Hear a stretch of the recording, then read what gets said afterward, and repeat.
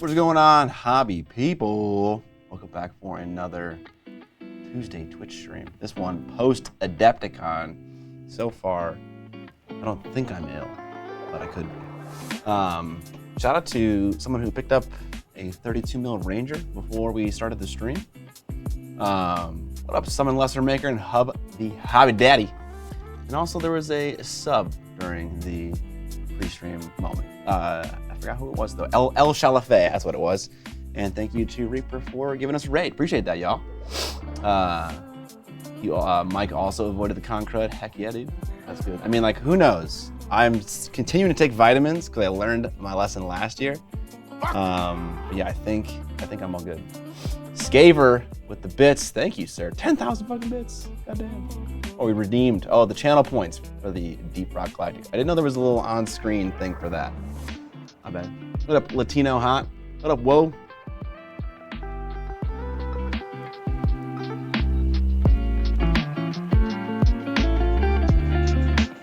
I had that money. Yeah, no worries, man. Okay, so today we're going to look at some stuff that I got from Adepticon, which is not a whole lot, but there's some cool things. And then we're gonna take a look at some mail, and then we're gonna get into painting the red Darth Vader.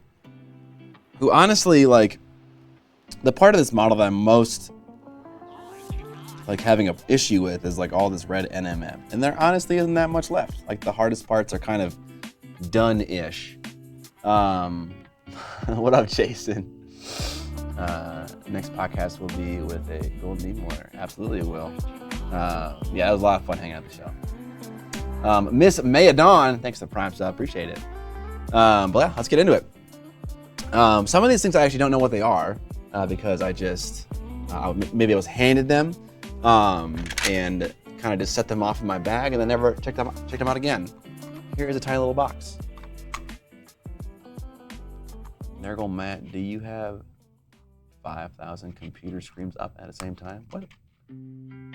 Excited for new Skaven minis? You know, I was never a huge Skaven lover. I do love, there's a couple of Skaven models that I really like. I really like the Vermin Lord. I really like Queek. But I was never like a Skaven player. So I'm not like as excited as everyone else is. Okay.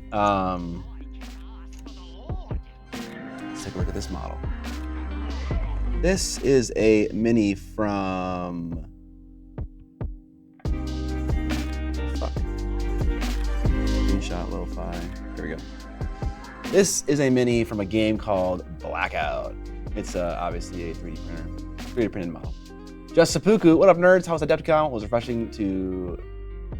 refreshing my Insta feed by the minute to see it all. It was good. It was a very relaxed convention for me. I only had I didn't have too much stuff to do. I had the podcast I had to do, and then I had to judge Armies on Parade. And then otherwise, I was kind of just chilling, played a few games, did a few demos, hung out at the Iron Painter booth and painted some stuff. Anyways, this is a model, Ninja. Hark! I have come. This is a model from Blackout, a military sim miniature war game. Was John happy about the bronze? I'm pretty sure he was, but you could ask him. He's in chat right now. Played this game at their booth. They're local to Minnesota. The models definitely have that tactical vibe with all the pouches and belts and like cool sci-fi helmets. Yeah, the game was all right. During the demo, there was one mechanic. Like, so basically they were advertising the game as like a military sim kind of game. And one mechanic that they showed me that was unique, that kind of evoked that feeling, was the ability to lean out from corners. Basically, you would have your guy near a corner, and then you would put like a little token in base to base with him that like gave him a triangle silhouette. So the model wouldn't move. You just put another model essentially next to him, and then you could draw line of sight from that peak, and also you could shoot at that token altogether. That was weird. I asked the demoer to show me more mechanics that made this game a military sim, like that were unique to this game that made it feel like that. And he proceeded to explain the other factions in the game and how those ones are kind of like akin to real nations currently fighting in war right now. Doesn't matter. Cool idea. I want to see more elements that are like kind of like Call of Duty or Modern Warfare or like real life military fighting. before I would confidently call it like a unique military simulation game. John's saying, any demon is a big deal for me. It's a roll of the dice where you end up at top 3. So yes, I'm Bond happy. There it is. There it is. Exigent Midnight. Thank you for the sub. It's pronounced Maya. Okay. Miss Maya Dawn.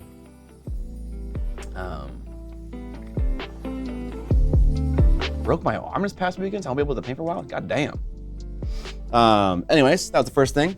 The next thing, and I'm not sure how much I can talk about this, or rather show it, but this is some paint and a model from an upcoming Kickstarter for Chimera. Just to be on the safe side, I won't crack any of it out, but I met and I chatted with Francesco Farabi for a super long time, actually. I've never talked to Francesco more than like at this show when he was handing me this stuff. Jess, thank you for the sub. Widow Goblin, it was great to see you, Scott. Welcome back home. Thank you, appreciate it.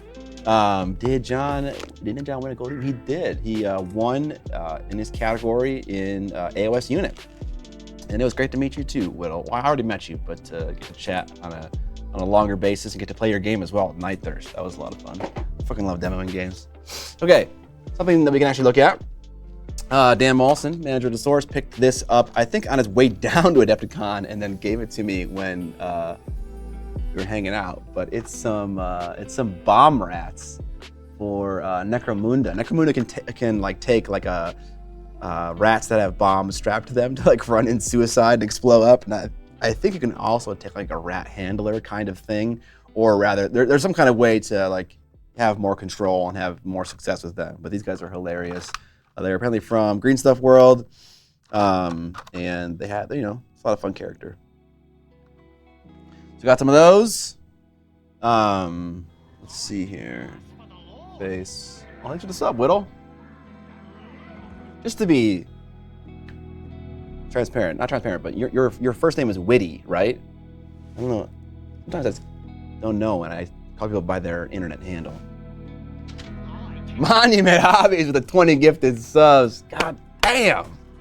Thank you, Jason. I really appreciate that. If you got a sub gifted to you by Jason or Monument Hobbies in the chat, make sure to let them know. Appreciate that.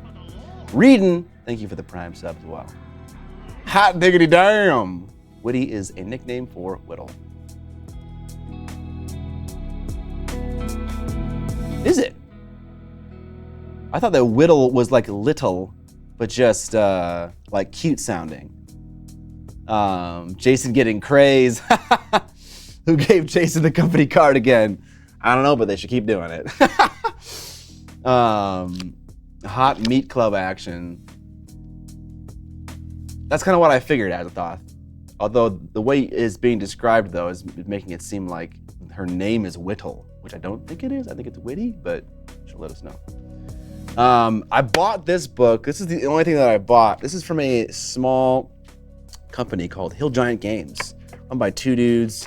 And I got given a book from them last year, and it was like I think it was called the Punk Spellbook Guide. It was an RPG supplement for cool spells that you could use in D&D, or maybe just role-playing games in general.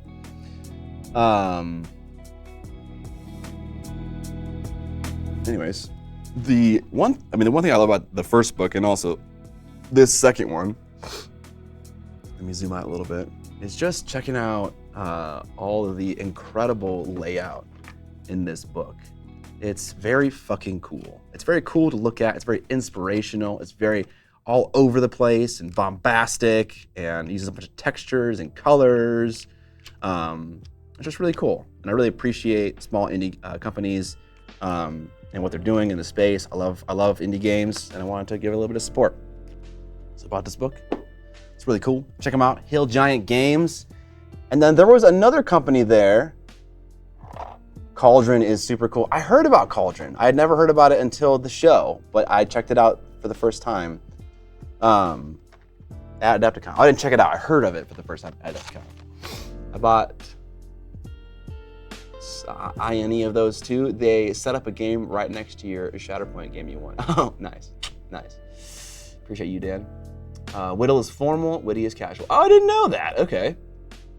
Meet Sweats with Ninjon. Yeah, the Jason and myself and Flameon Miniatures and a few others. I think, what was it, Aaron Clark, Vince, and some others I can't remember right now. All headed off to Texas State, Brazil, and got some fucking meat, dude. Ate so much of it. This company was at Adepticon, and they were maybe a little bit of a surprise. I guess the company's name is called Atom, but it is a collaboration between Big Child Creatives. They had spraygunner.com on their booth, as well as Ammo, as in Mig Jimenez Ammo. So I don't know how much of a collaboration it is between all of those brands, but they made a new paint range, and it kind of seems like they are doing a thing similar to Chimera. A bunch of single pigment paints that are great for mixing. I haven't tried them out yet, but they gave me one of these things to try out. And so we'll do what we've been doing with other paint ranges before and just trying them out on a model, you know, start to finish and see what they're all about. Meat on a sword hype. Absolutely, dude. Was there any elf on elf violence? There was elf on Gene Stealer cult violence between me and Eons of Battle. I have to remember so many words. I've heard all about these Ammo by Mig Atom paints. Apparently they are lacquer-like acrylic. I don't know what that means, but I am excited to try them out. I mean, I'm kind of always excited to try paint out.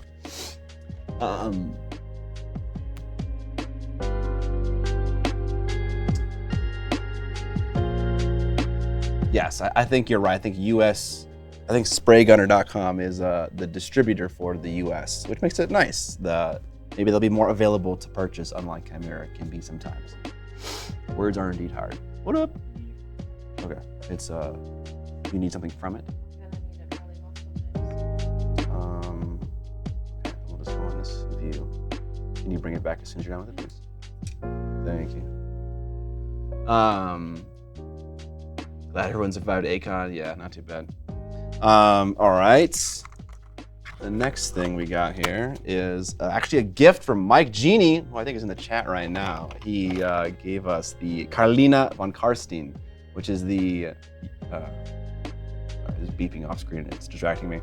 The unique model that you get if you are part of the subscription service through Warhammer Plus. And I fucking love vampires, and I'm definitely gonna use this non-helmeted head. Someone made a hilarious comment that, I mean, this has probably already been made, but is her helmet shaped the way it is to protect her stunning hair job? I don't know, but I hope it is. Oh man, the curved sword is kind of sick, actually. I like this model a lot. I think I might replace like the middle portion of her with like maybe a less ornate piece of armor, just because it's, or maybe give her like a shield instead of a chalice. I don't know. But the base model is great. And I can't wait to add it to my collection of painted vampires. Thank you, Mike Genie. Is it hair or is it horns? It's definitely hair. She's got like a Frankenstein, black and white kind of thing going on. Frankenstein. Miss Bride of Frankenstein? Who am I thinking of? It's got the big fucking voluptuous hair. Hair gel is extremely expensive in AOS. Got a mold for helmets protected. Yes. Yes. Did I play any Shatterpoint Gonk Racing? Gonk Racing? Elvira. Okay, Elvira definitely has that vibe. Thinking of Marge Simpson. Yeah. All right. And there's one last thing that I want to show off that I got from Adepticon that was super fucking cool to get. And it was from HUD, actually. HUD came up to me before Top Live, and he had two boxes, one for me, one for John. And I want to show you what he gave me, because it's fucking hilarious. Okay. This is a bust. Actually, it's not a bust. It's a full model. It's a full custom B model of me. It's a B version of me wearing my fucking tie-dye hoodie with my fucking hairdo. Dude, this is such a deep fucking cut. I love that this exists, and I'm gonna like put it in like one of my little commemorative shelves where I have all my like awesome little memorabilia from like videos and fans and stuff like this. But you know, if you know, you know. I mean, it's obviously this is a riff on the B movie, and also it's got fucking Bleach tips as well, dude. Oh, there's so many good references in this. It's fucking awesome. Shout out to Mike and HUD for the two awesome gifts. They're super meaningful, and it's just so funny and awesome. Yeah, that's fucking epic. It totally is. I give that bust a yeah. Actually, I thought it's funny you mentioned that because they asked me like, what would I rate this model, and I totally missed that. But yes, 3.5 out of 5 out of 10. Perfect. B movie is way better. I never said the B movie was better than Citizen Kane. So they were the same, okay? They were equal quality levels. Oh God. Oh, is Painterly get in the chat right now? John has those snacks and we are going to eat them on the next episode. We promise. But this is awesome. All right. If I can be totally honest, I didn't buy a whole lot of stuff at Adepticon. The only thing I actually bought was that rule book. Everything else was like a gift that was given to me by like a company or an individual. And so that was kind of it, you know? I didn't buy a whole lot of stuff. I probably made one casual sweep through the vendor hall and then a couple surgical strikes at either games I was interested in demoing or booths that I wanted to go into. Did I not get sick? You know, I feel a little sick right now. A little bit of a sore throat, feel a little cruddy, but like not anywhere near as bad as previous years. I'm gonna keep taking vitamins and we'll see what happens. Fingers crossed. Kanjan make an appearance after he got his demon. No, Kanjan was locked up all con long. I didn't go ham to see her either. I wanted Relic Blade stuff, but they were sold out before I even got there. Yeah, honestly, I think if you want stuff, you gotta get there on Thursday and you gotta fucking buy it right away. I feel like vendors always kind of underestimate the amount of interest in their product. Maybe not vendors in general, but there are some popular ones like Monument Hobbies, Sean Sutter also sold out really quickly. Yeah, I don't know. I guess it's hard to estimate how much stuff you would need. And Jason's in the chat, maybe he can give us an idea. Jason, do you base like how much product you bring based on like your prior year sales? And it's kind of just always shocking the number of interest, the amount of interest there. Let us know. We had to airdrop a ton in for early Friday. So Thursday went crazy. And then Demon Chip showed out as well from Blacklight Studios. How is Relic Blade? Honestly, I played it a long time ago and can't really remember much about the game, but I played their new game, Cursebreaker, and that was kind of a lot of fun. I had a lot of fun playing that game. Yes, my medal was in the cardboard box that they brought back to the room. So every single year, Monument is taking like twice as much stuff as they normally do, and they still sell out, and that's a great problem to have. Okay, so you are aware of the issue and are trying to solve it, but it constantly just slips out from, you know, kind of surprises you. Okay.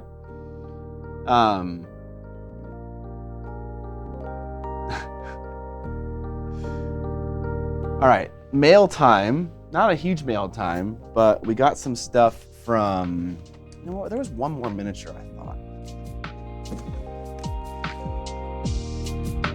I thought I had something. Yeah, there it is. What the fuck? Okay. I demoed a game from Jamie Daggers.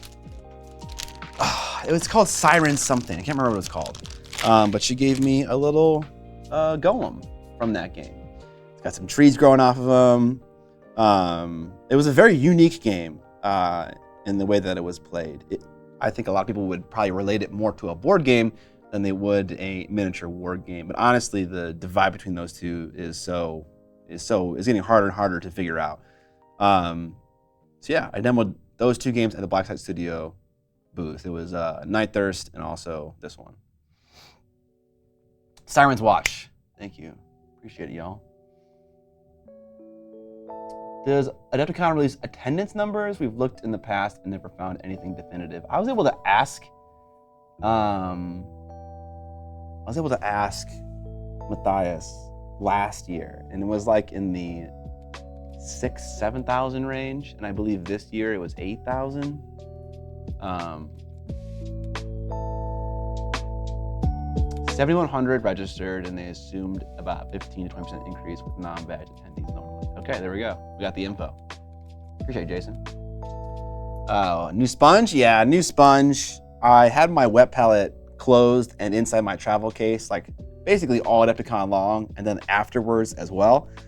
And so I was like, you know what? It's time for a new one. I have like a bazillion. I should get them fucking replaced every now and then. Okay, that was the actual last thing. Aside from a buttload, a metric fuckload of fucking stickers and business cards that I will sticker onto my little door privacy blocker thing. All right, some mail time. Stickies. I got to meet Ash as well. I got to meet a ton of people that are fans of the channel and Twitch, Rufus, Mike Genie, and like a bazillion other that I have zero hope of remembering. You guys know, I'm like sitting here trying to think of a basic word, and my brain's just like, nope, no recall this time, bitch. There's no way I can remember everyone's name. But it was amazing, I always like leave Adepticon feeling like I could have chatted with more people. And you always feel bad, like some people kind of get the shaft, right? Some people like walk up to you and they're like, oh, I want to chat with you. And like you are like on your way to go do something, or like you are about to go do something, or like you're walking towards somewhere, or it's like, 1 a.m. and you're like fucking totally brain dead. So I always feel bad for people that kind of get the shaft in that regard. Oh, nice. The guy in the Wolf sweater. Yeah, I saw you. I saw you in the front row at Tough Live, and also we chatted in line for the Golden Demons scenario. What? Ceremony. That's the fucking word.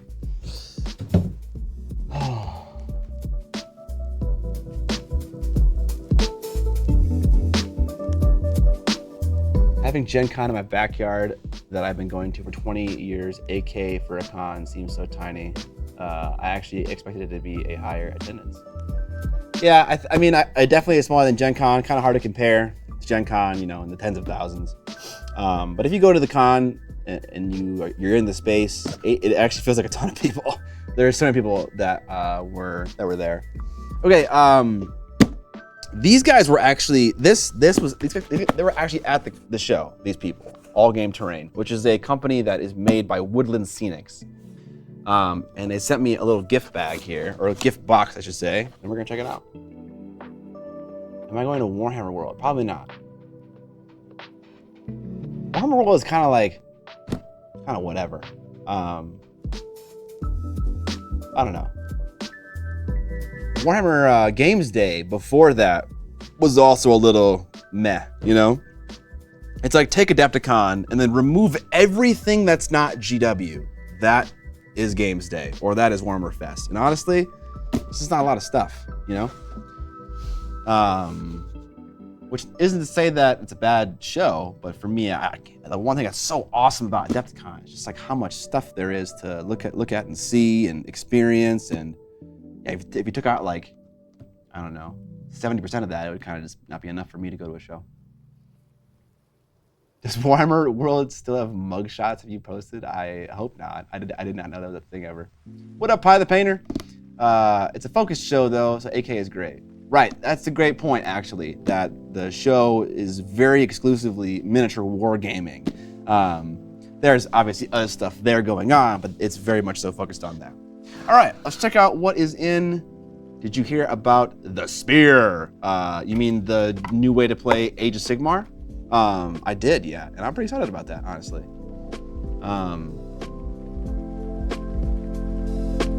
Oh, the Spear. Oh, yeah. No, I heard about it. Oh my God. Okay. Oh wow, look at this. There's a fucking letter in here and it has my friggin' name on it, dude. Okay, I appreciate that. Otherwise, in terms of what I did at the con, I played a demo of the games I mentioned previously. I played Star Wars Legion, a demo of Star Wars Legion. I played a demo of Warzone Eternal, and like I mentioned previously, Blackout. Night Thirst, Siren's Watch. So I only demoed 5 games this year, which I wanted to do more, so I feel a little bad. Okay, so this is a little terrain sampler. Nice little letter. Appreciate that. And they just have got a nice little box here. Okay, there is a kind of little booklet included. Probably gives you some information on the contents and what to use or how to use the stuff. There is a lot of crinkle cut. Let's see what we got. Okay.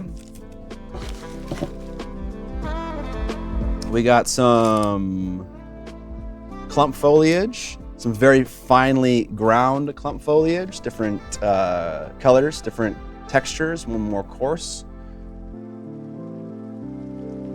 Oh, wow, they measure the amount of volume of the package. Interesting. A little bit of instructional on the back about how to use it. Okay. Does anyone know how far in advance they say when Adepticon will be?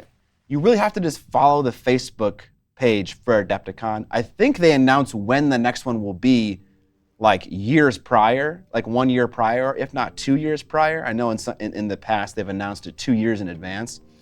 But the most important thing that you get from following that Facebook group is about like in October, November, the hotel block goes for sale.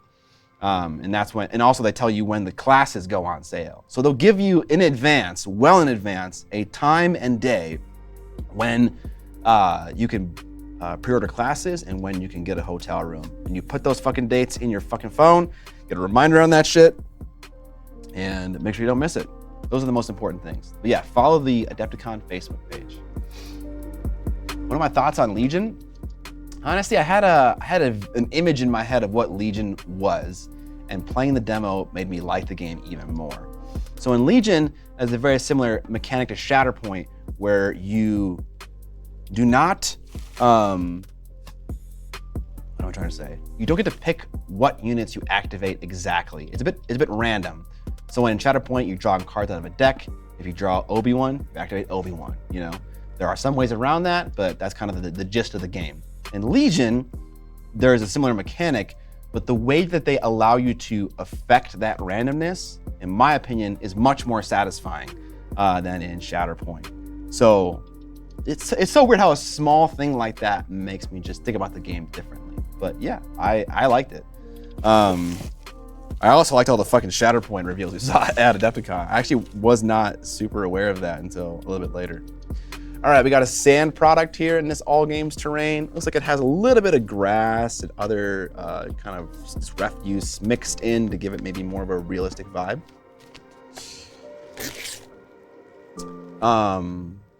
A bush winter mix. Another very finely ground clump foliage. This is called soil, so it's like dark brown and greenish.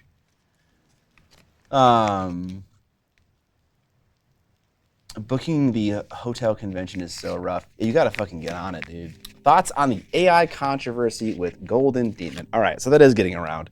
Let's talk about that. Golden Demon had someone who got a gold in a category that used a backdrop that supposedly, don't know if this is actually true, you know. Someone told someone that told me, okay? That's the level of confidence we have going into this. That the backdrop of the piece was AI generated. And that caused a little bit of controversy. I kind of want to just get through this before we kind of start talking about that. A nice little mixture of gravel, some moss, some small bits, some large bits.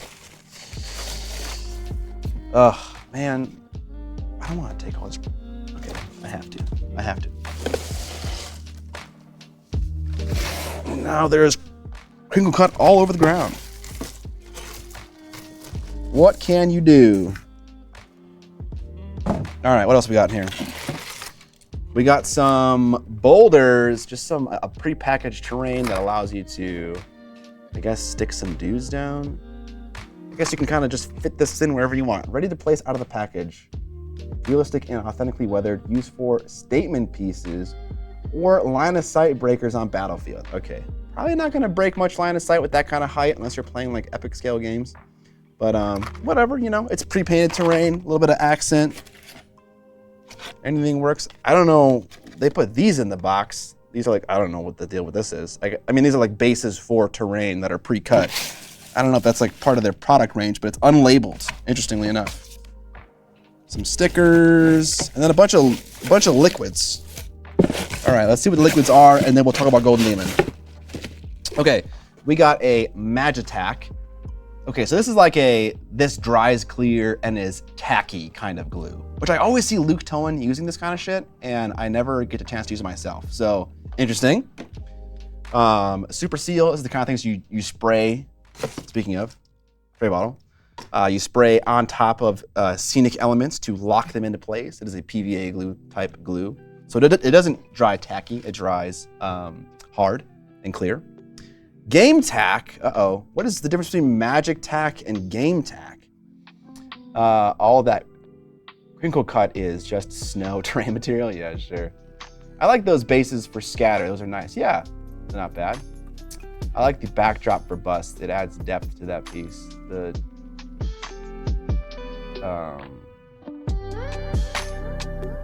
It wasn't a bust that had a backdrop for whatever reason. Okay, high tack adhesive, repositional, water soluble, used for gluing a variety of landscape materials, thick, strong, flexible, water soluble, non-toxic.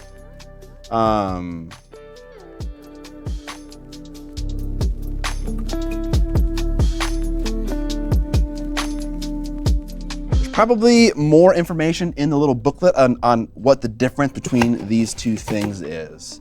And then just a base paint, you know, some generic tan brown. Okay, that's everything in the swag bag from All Games Terrain. I'm gonna criticize this a little bit. Woodland Scenics has been around for a very long time. And certainly they have made every single one of these products in some shape or form in a different container. Maybe not every single one. Maybe not like the Magic Tack and Game Tack, okay? Like, you know, I'll give them the benefit of the doubt. But certainly all of the terrain stuff we just saw, like, exists.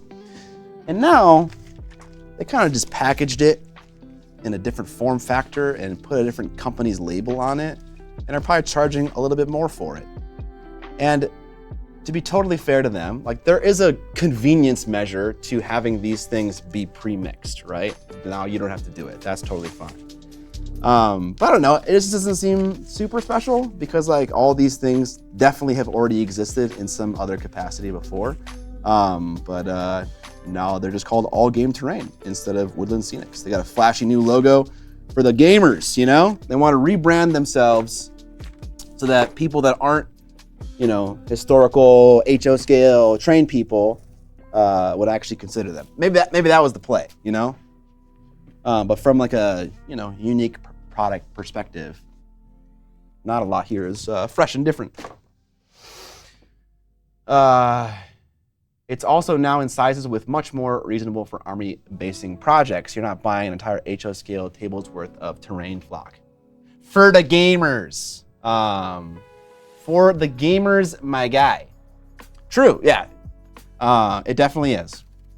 Okay, yeah, so one of the pieces had an AI generated backdrop. I know some painters who are very upset about that for a number of reasons. One, it's not created.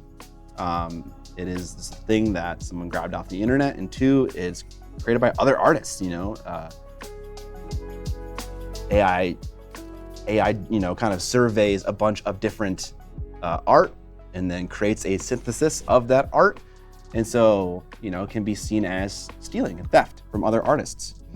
I don't care so much about paper backdrops. HJam, thanks for the Prime sub.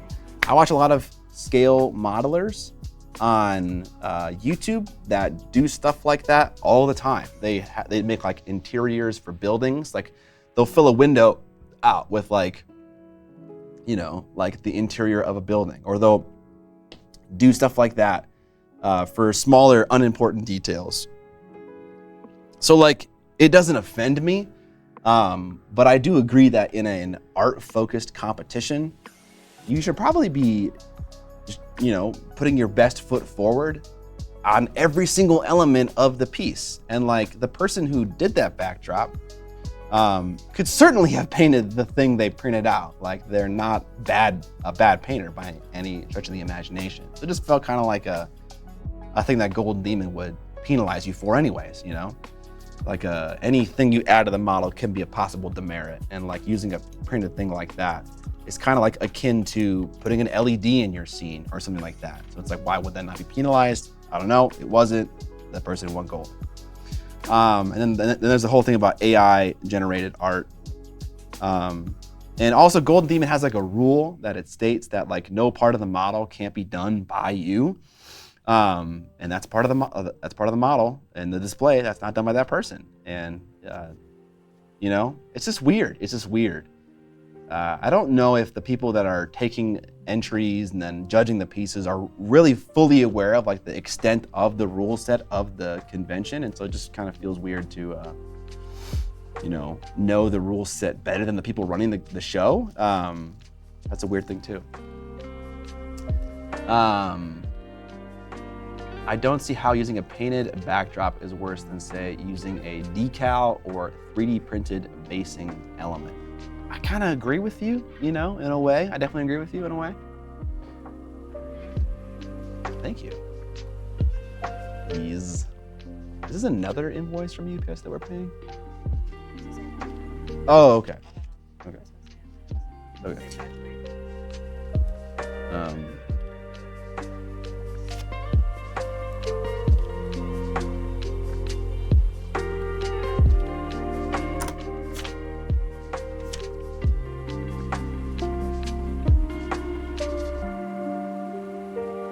Yeah, it's the Exodite, done by Neil Hollis, which the model is painted beautifully, for what it's worth. He gave it to me after the show, so I could just check it out.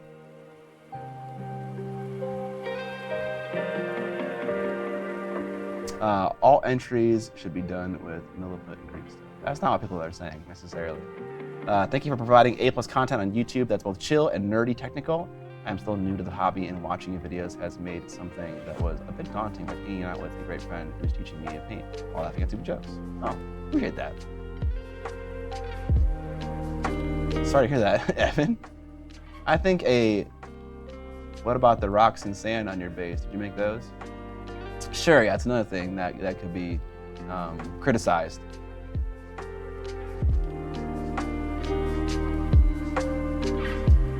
A fix would be to declare what elements were not created by you. Decals, 3D prints, things like that. Yeah, honestly, it's kind of fair.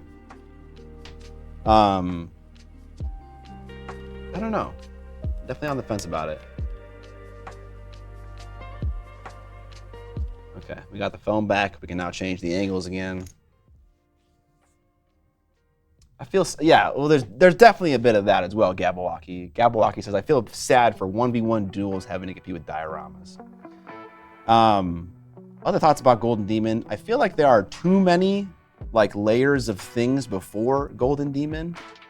I really like what they're doing. I think they're listening and they're changing the competition based on feedback, which is fantastic.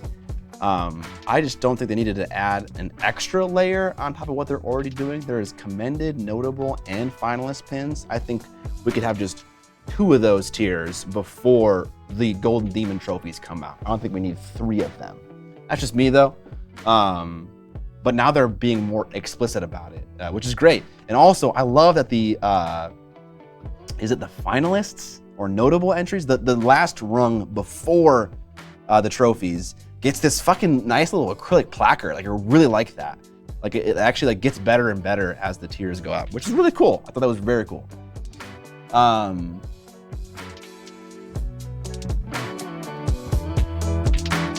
Just gave myself a paper cut on some tinfoil. God damn. I like the layers because I got it commended. Congratulations, Jay.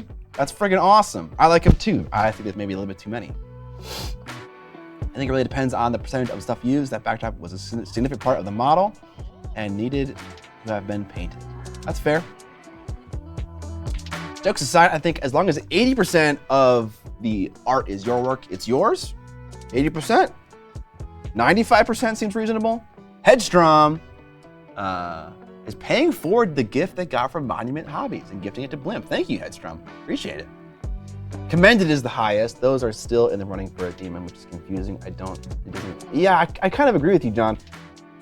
Commended doesn't seem like the best of finalist, notable, and commended. It feels like it should be like notable, commended, finalist, golden demon. Maybe? I don't know. But yeah, it definitely doesn't seem like the most important term. I feel like notable without finalist pin was unnecessary. Yeah, something like that. Evan says, I really want a category of Golden Demon that has 0 sculpting or diorama, painting only, where they pick 4 models, 1 from each Grand Alliance that has released in the last year, and it's placed on a gaming base with no conversion allowed, a restricted category, if you will. That's fair. I was talking with Vince, and kind of related to this, he had the, maybe he didn't have the idea, but we were talking about how Unit used to be restricted to just models on their gaming bases, and then diorama being models like on a plinth together in a sculpted fashion, showing some kind of narrative component. And to me, that's a clearer way to define and differentiate between the two, because as it currently stands, there is some difference between Unit on a plinth and diorama on a plinth, but it's a little bit hard to distinguish. That'd be a very hard way to show the difference between the two things. Tattoo Tabletop also chatted with you at Adepticon. Thank you for the 5 gifted sub, my dude. I appreciate that. If you got a sub from Tattoo Tabletop, make sure to thank him in the chat. Appreciate it, man. I am once again asking for y'all's support in subscribing to Scott to get the Lord of the Rings license. Oh, because it's ending soon? I forgot that. Scott of the Rings. It feels more like it should be bronze, silver, gold, and then 3, 2, 1.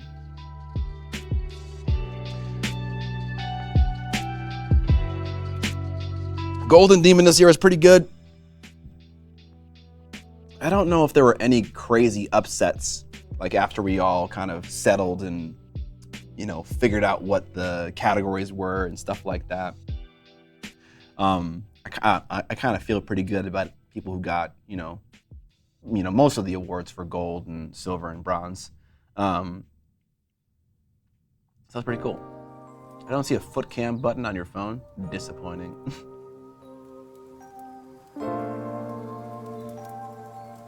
No worries, Tattoo Tabletop.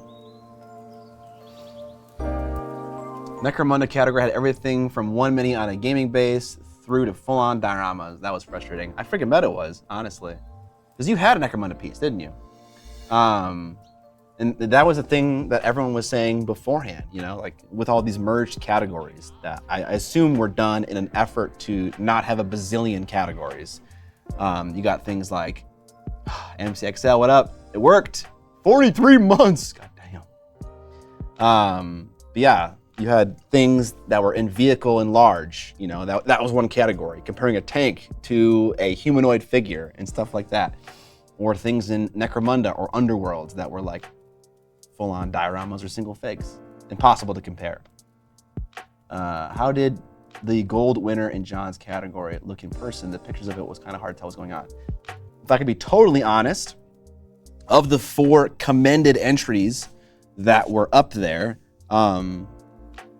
Nicholas's was not my gold. That wasn't the one that I placed, but I'm looking at it behind glass and with absolutely dog shit lighting.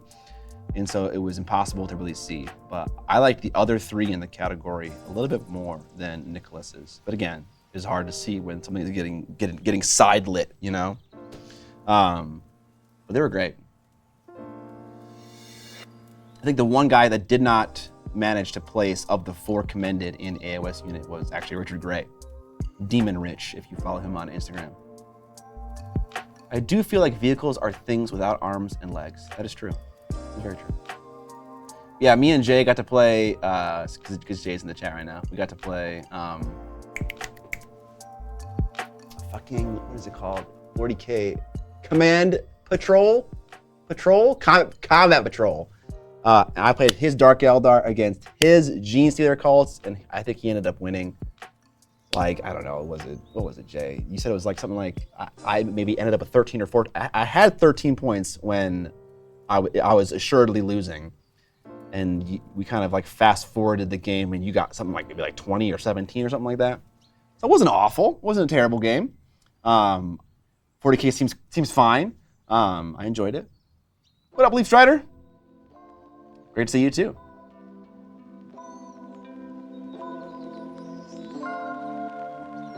I heard a little pain in Scott's voice when he told me Jay won. Yeah, of course. We can't have none of that. I have to win every game I play.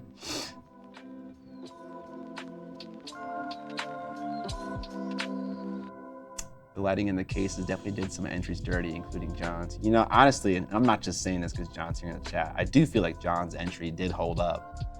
I feel like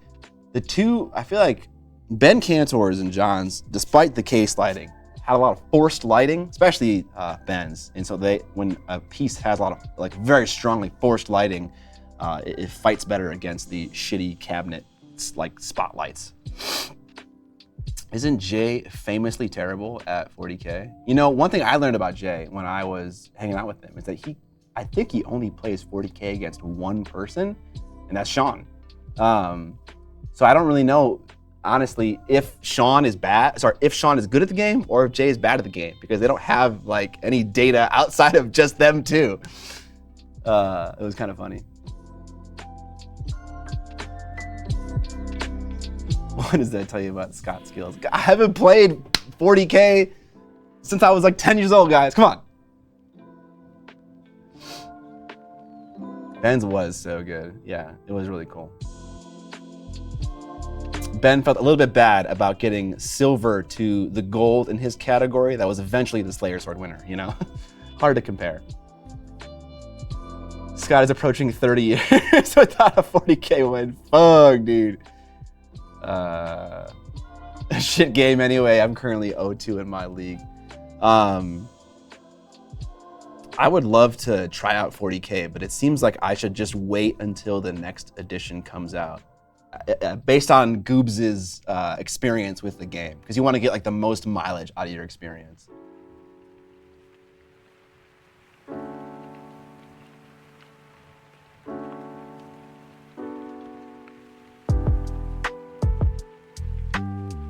As they mentioned on this cool podcast called Trapped Under Plastic, don't play 40K against the same guy for years on end.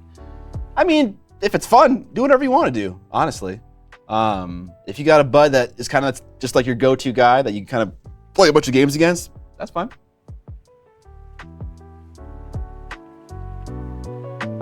I think 10th is pretty solid. Things feel accessible, which is nice. That's true. But GW likes to make games on a schedule because they got money to make. And so in 2 years, there'll be a new edition. And like, they will have dipped their rule writing ladle into the cauldron of past editions, swirl it around, and picked out the mechanics they want to recycle from prior versions for the 11th edition. And by then it'll be a new rulebook to read and learn, and new list writing and new factions to understand. So I don't know. Kind of makes sense to wait. I don't fucking know. I need you to use your AMG hookups and get me that Lobot box early, like now. Well, unfortunately for you, my hookups aren't really that amazing. I get the box when it comes out for retail. I don't understand why GW buries the results in a couple Warhammer community articles when they have an official Golden Demon website that hasn't been updated since 2019. Yeah, that's a little bit weird.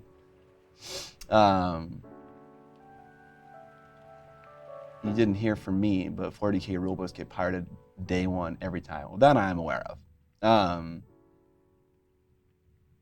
I think you should enjoy 10th edition of 40K. Well, I'm definitely going to, because like me and Jay are painting our armies for 40K.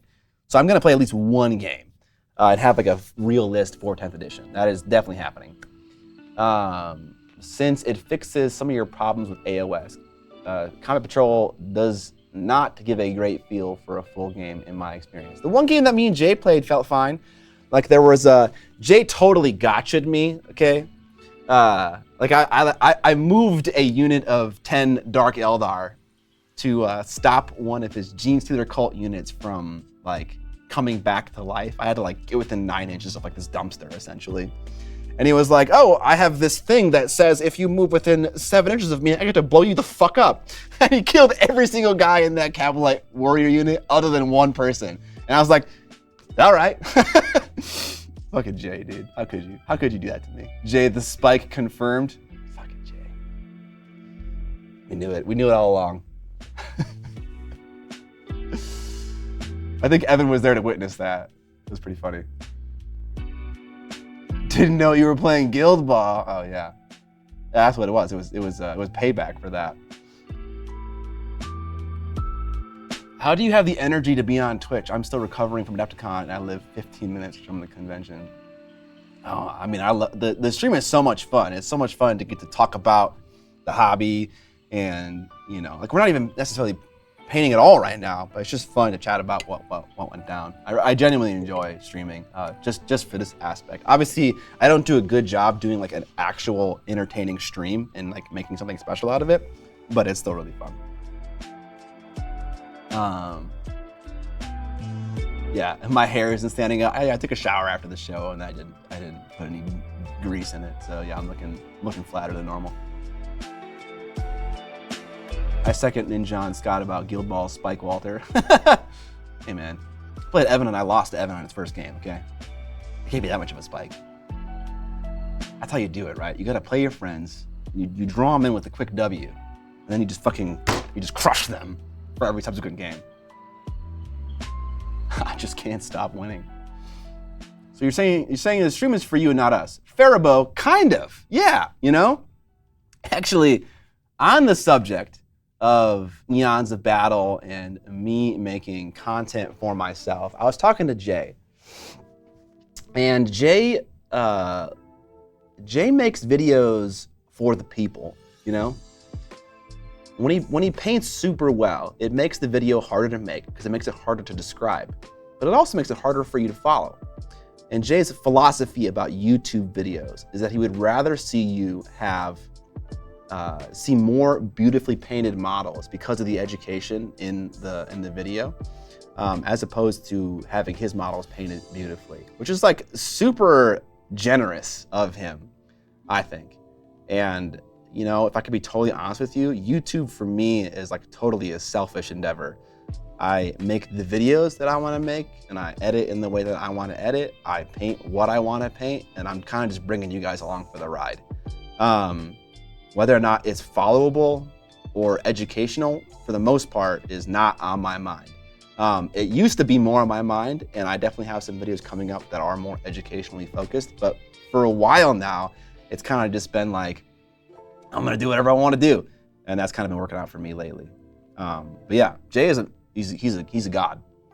That's what I'm saying. When is Dinjon going to do a takeover of a Twitch stream? I don't know. He hasn't been around in a while. Scott's hair is looking like a little flock of seagulls today.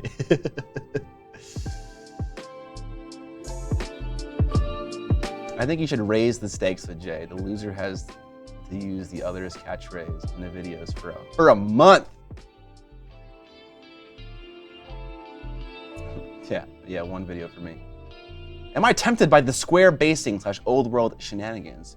Would you square base the what else? Yeah, I totally would. Yeah, Leaf, you gotta stay for the whole con, man. It's a whole thing. Honestly, Jay's Old World Dwarves video damn near had me buying dwarves because I wanted to try his exact paint job because it looked both impressive and accessible. There you go. Perfect. I think you do videos you want to do, your passion can shine through a little bit more, and that's also what gets people engaged. Yeah, I think there's definitely good things and bad things about both approaches to YouTube, for sure. Yeah.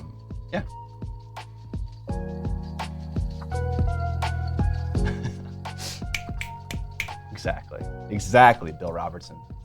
All right, y'all. That was enough chatting. Let's, man, my little phone here does not like to stay connected to a fucking camera. All right.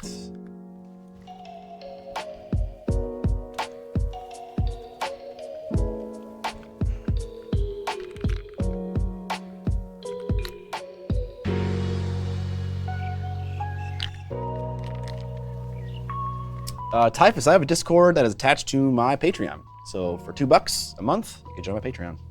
And then you can get access to the Discord. Tattoo Tabletop swinging through with another 5 gifted subs. God damn. Thank you, sir. Appreciate it. Let's get some more subs before I dip and do stupid work. Thank you, man. I appreciate that a lot.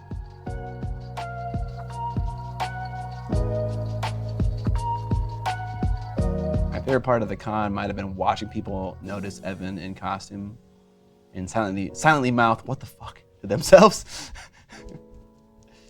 Yeah, subscribing here on Twitch also gets you access to the Discord. Both ways. I need more old world content. I would love to make some old world content for you.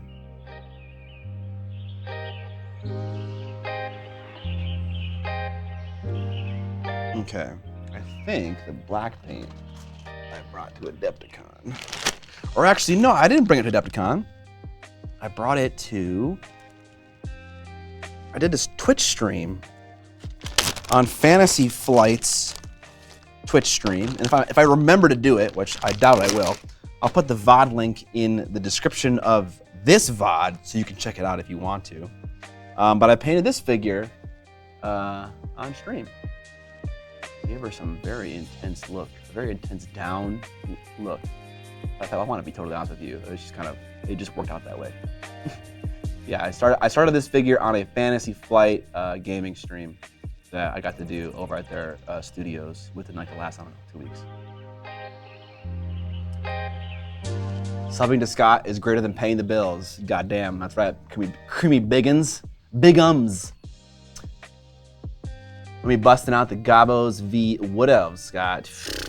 I gotta get them all in squares first, Dan. That's the problem. Old World, you say. Want to start a second slow grow campaign? Got 2 armies in you. Jay. Nah, Jay, you gotta pick one, buddy. You gotta pick one. Oh my God, is it doing the thing again? I did not play TI4, sadly. No Twilight Imperium for me. Or nothing planned, at least. Thank you, Evan, for the link to the stream.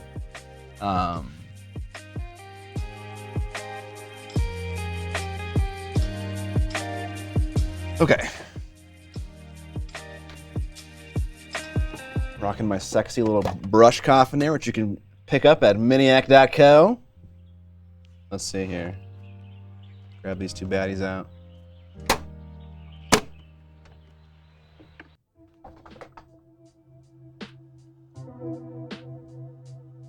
Just get trays, square trays with round spots. I don't think that matters. I think that the Wood Elves would be on 25s, and I'm pretty sure they're on, they're on 28 mil squares, circles. So they won't fit in a little template like that. Although if they did, that'd be very nice. I think we've discussed this at length multiple times, and I'm pretty sure we've discovered that there's no saving my Wood Elves. Right? Because the circles for them were 28 or 28s, or 28 and a half, or something like that, which is bigger than 25. So I'm kind of fucked. Okay, white paint. Old World greater than AOS Pepe Milkshake. No saving them with that attitude. Oh no, I can certainly save them. No easy way of saving them, I should say. And I want to, and I will. I have I would say at least 1,000 point army of painted Wood Elves for Old World. Maybe more. Especially if you consider all the fucking characters I have painted for that game. Oh, man. I just thought about War Dancers. Oh! I want to paint War Dancers. I have a War Dancer Lord, too. Oh, my God, dude. Fucking War Dancers are so fucking cool. All right. There are 3D printable systems that allow you to slightly stack the circle bases into a 25mm config. That's fucking, see, that's a solution. If you want to, would you be willing to send me a link to that on the Discord? That'd be amazing. Is Scott getting horny on stream for the Blood Bowl elves yet? Blood Bowl elves? What? No? I've never seen this before. Thank you, Azathoth, appreciate it. All right, so now we're gonna paint the crotch. I also want that link. Well, I guess you gotta pay to get in the Discord. No, Azathoth, if you find it, can you link it to Typhus667 in the chat? And when you do that, you're gonna have to get approval through Evan. It's just a star player. Oh, that's kind of the best thing, honestly. It's a character. Hold on, I'm gonna pop over to the computer so I can take a look at this new star player. Hilariously, I can't see the link now. Blood Bowl new star player elf. Karioth Krakeneye. Jordell Fresh Breeze. Oh man, those fucking high tops, dude. Holy shit. Oh my God. I wish I could show this on stream right now, but I'm not smart enough to know how to do that. Oh my God. The hair wrapped around the chin and the way the face is painted is just insanely cartoonish. It's a cool model and I like the sword attached to his hand, but my God, the mid tops are so out of place. It's ridiculous. They look fucking awesome, but yeah. Goddamn. I know you just posted it. I don't see my chat on the streaming computer. I see my chat on this monitor where I sit. Real Big Lime. Thanks for the sub, appreciate it.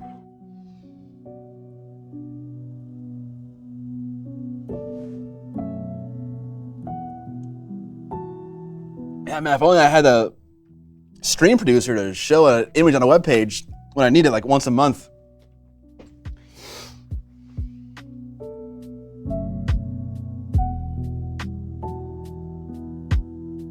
All right, here we go.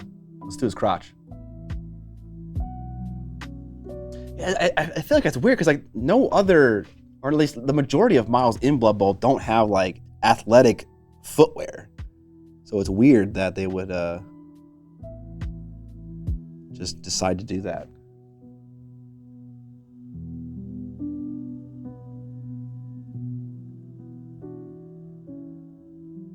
All right. I did take a look at some Imperial Guard. And something that I noticed about the red, like glossy armor, is that it never really goes to full black. It's kind of, there's always, honestly, a decent amount of like mid-tone red all over the Mini. Not much I can do about that right now, as I have quite a bit of black all over the model in many places. What's the story on Red Vader? The story on Red Vader is that, you know, the creators of Star Wars have constantly been riffing on the design of Star Wars since its inception. So why can't I?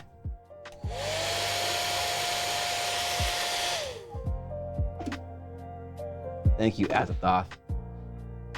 Also, I like red. That is another great explanation. He can bill me $15 when he needs to switch to the web page. They're not proper war dancers unless they look like they're Sting in the original Dune movie with a yin yang belt buckle. Dude, sick reference. And you're totally right that Fade Rotha from David Lynch's Dune looks like a fucking What Up word answer. That's kind of insane.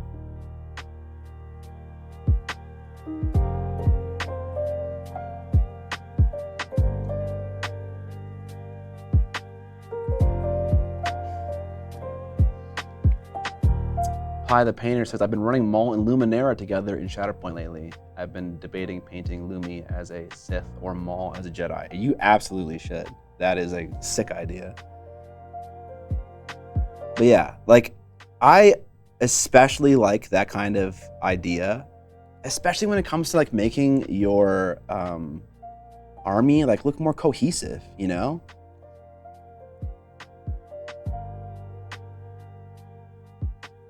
Like, the game allows for that kind of list building, right? And are you really gonna tie yourself down to the lore of the game to create like an aesthetically less pleasing looking army? It's like, dude, no. You're your own boss.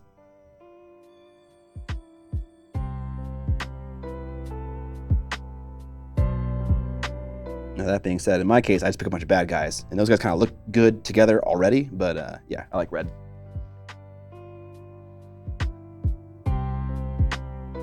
Oh, how am I liking the book? I'm about 100 pages into Dune 1. Dune 1. I'm 100 pages into the book called Dune. And I'm liking it. One thing I really am enjoying is I'm really enjoying seeing what elements from the book each movie adaptation decided to keep in or remove.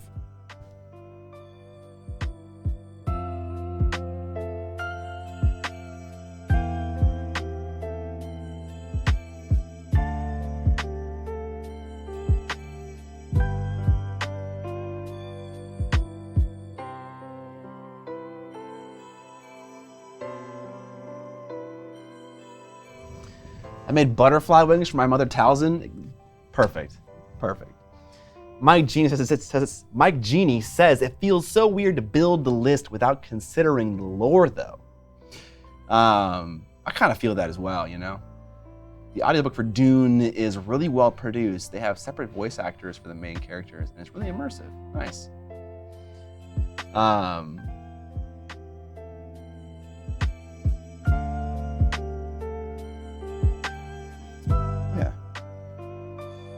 You know, one thing that the Twitch viewers probably know that some people that met me at Adepticon don't know is that I have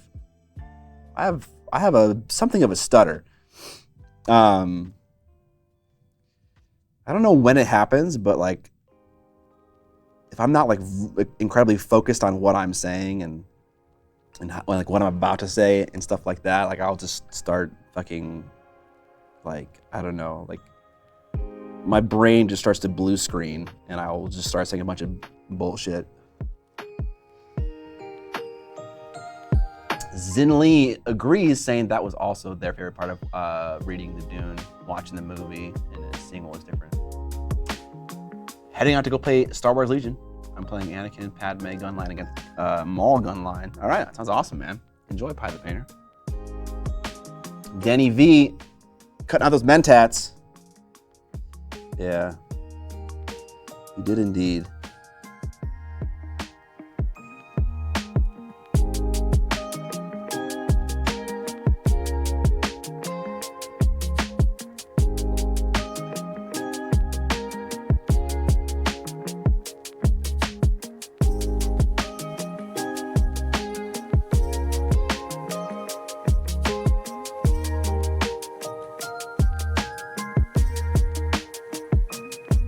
Kind of met you and John on the upper walkway at Adepticon. Didn't want to take up Tony all the time, but said hi. Thanks, man. Appreciate it. Happens to me all the time, but if I don't pay attention to what I'm saying, then all my words just slam together into a hot mess. Did we finish the Star Wars RPG module? We did not, but we have our final game scheduled for this Wednesday, so tomorrow. Nice, Randy. That sounds like a fucking good time, dude. Yeah, I got to play as Darth Vader in my demo. It was sick.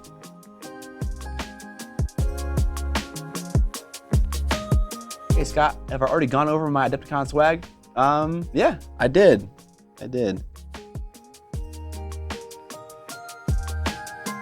you can catch it on the VOD, which is on the YouTube channel called Miniac's Backlog. Am I planning on continuing it? Yeah, I think I am. I'm definitely interested in playing Star Wars Legion, but you know, you guys know how long it takes me to paint stuff, and you know, it takes a while. I'm but one slow hobbyist who wants to play many games. And so, I mean, I'll get to it when I can get to it. Not everyone can be, you know, Jay or Vince Venturella.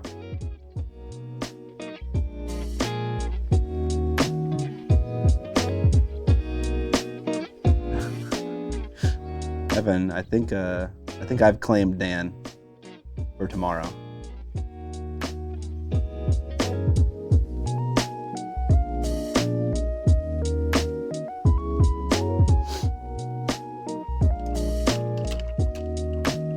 Yeah, continuing the RPG, the Fantasy Flight RPG called Force and Destiny. We finished 6 out of the 7 beginning encounters, and we have to do the last encounter, which is the boss fight.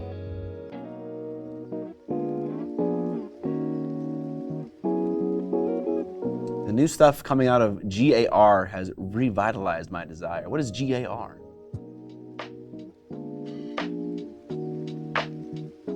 All right. Let me blast this with one last heat wave. You fool! Galactic.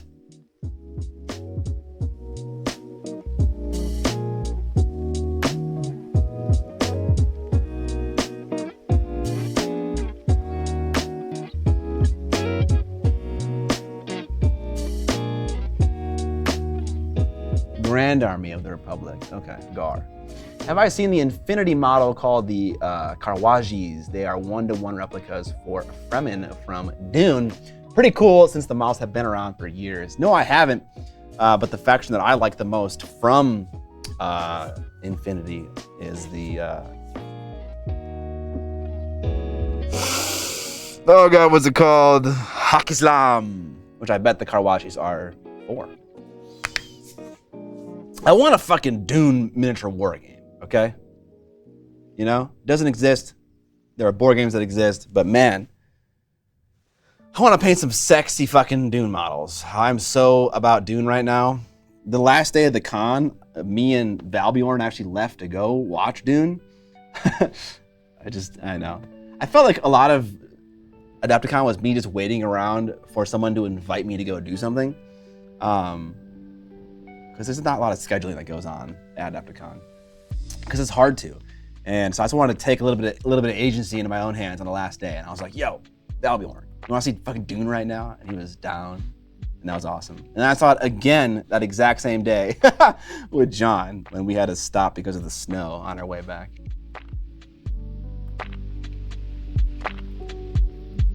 Nomads.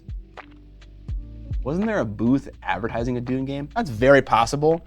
I struggled to see all the things at the show.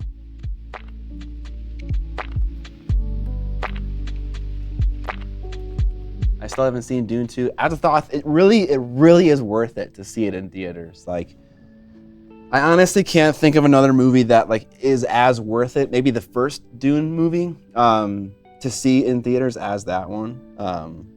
You can do whatever you want ultimately, but it truly is an amazing cinematic experience. So I'd recommend it. Give me the Dune 2 RTS in miniature form and I'm all in. There's a Dune 2 RTS, or there's a Dune RTS. I want to see it in IMAX again, yeah. I got you, man. If you can't see it in theaters, you definitely should. But if you can't, then what can you do? What can you do? All right. Oh, wait, let's get some fucking... Well, I guess it doesn't really matter. It's just primer on the back. Who cares if I wipe some primer off? Return of the King was a had to be. Yeah, I think that's another amazing movie to watch in theaters.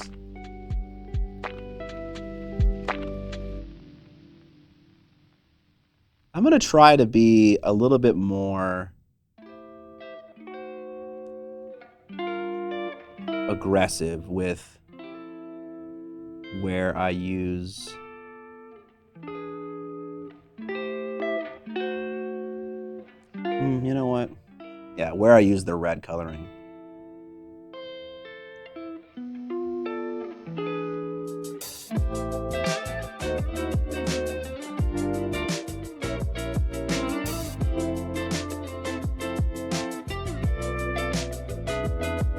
Are your Dark Eldar Dune inspired? They weren't intentionally Dune inspired, but I can't help but deny that they definitely look like they are. So maybe something kind of happened when I was working with them that kind of made me want to do that. It's almost impossible to deny. Oh, hey, let me help you out. All right, see you.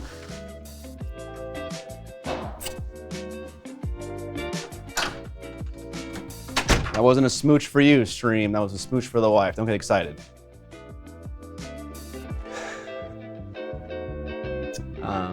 Every September in my areas, they replay the Lord of the Rings trilogy, always packed. That's freaking awesome.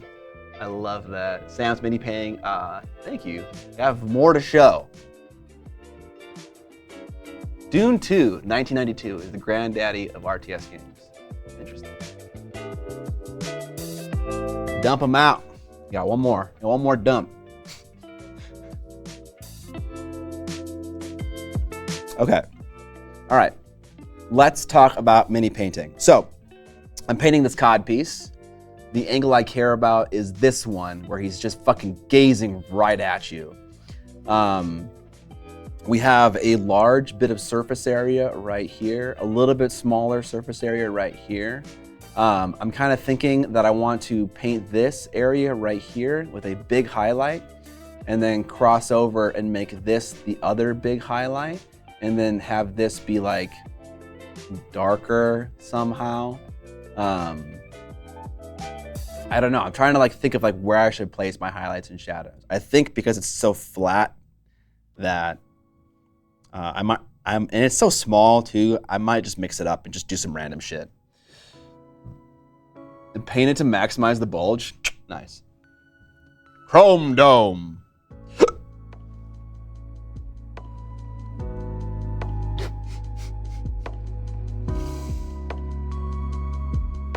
It's so small. It feels bad, man.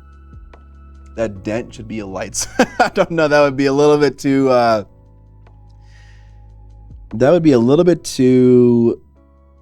Goofy. Here's an example of how some of AMG's details are just a little unpaintable. There is a rim inside of this pill-shaped recess that you could edge highlight and have a recess shade around.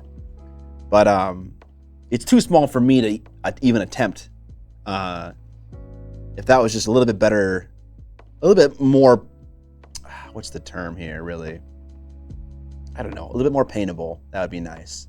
And I've kind of found that to be the case on several of AMG's models. A little bit difficult to paint sometimes.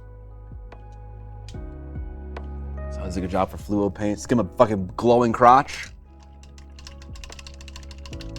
I generally find edging in my codpiece region to be a little challenging as well. Okay, Mike Genie, settle down. What up, Zambies? How's it going?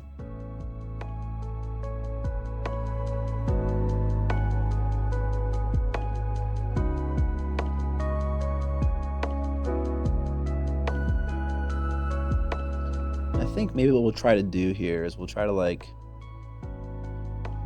we'll have the highlight, but maybe we'll like just kind of keep some of the dark sticking around in a weird way.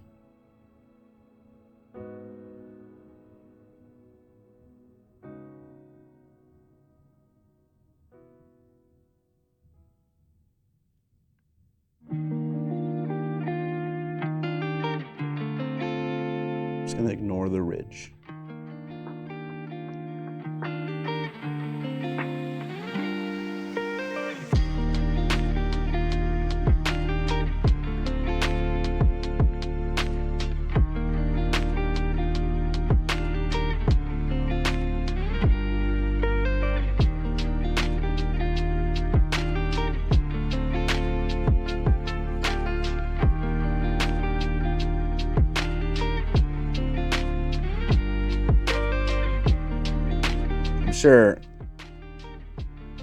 sure Dallas Kemp would have a way to explain himself.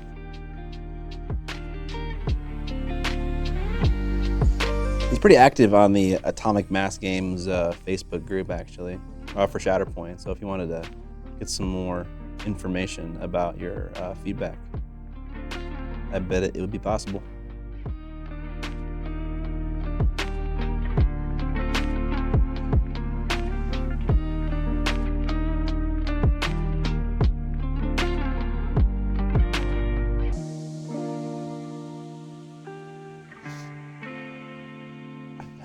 Let's mix in some of this super bright Ultra Krill. Start to layer with that. Oh, this is probably gonna be like way too insane.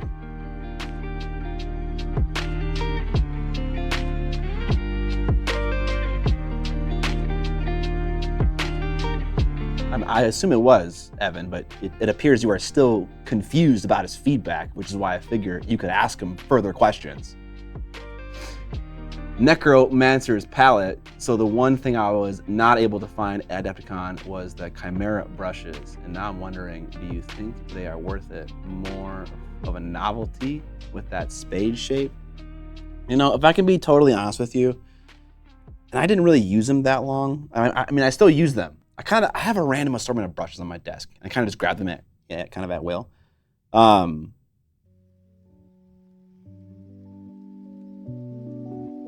I'm getting distracted by painting right now.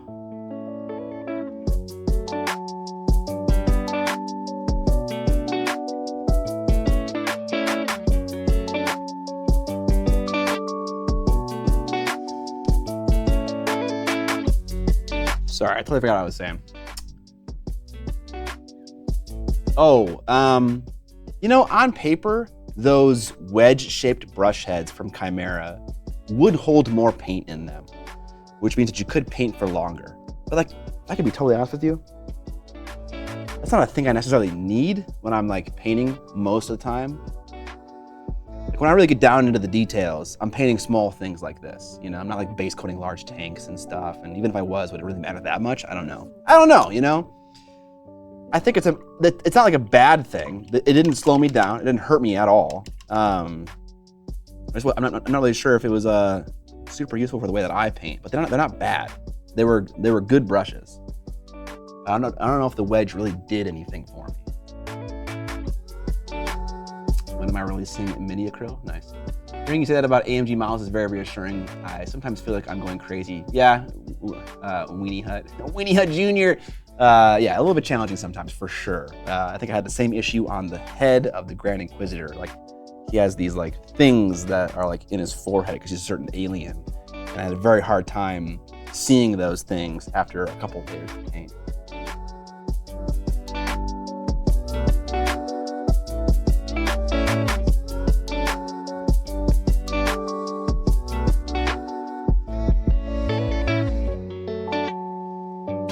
Price with shipping holding me back. Yeah, that's fair. They're not bad brushes, and honestly, I recently checked out the brushes that I would normally buy, Raphael A404s.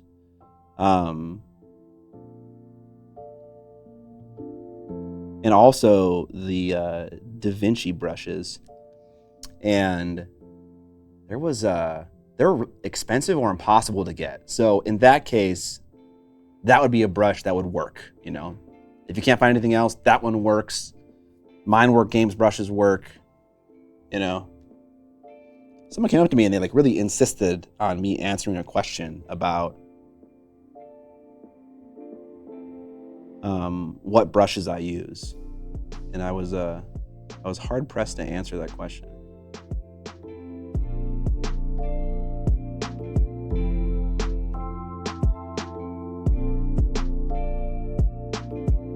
It kind of just seems like give whatever you can. Whatever's in stock and not trash. It's like hard to recommend a brush, you know, because it's like they're impossible to get sometimes. Jackson Art still has Raphael's sable brushes in stock. Okay, good. Good.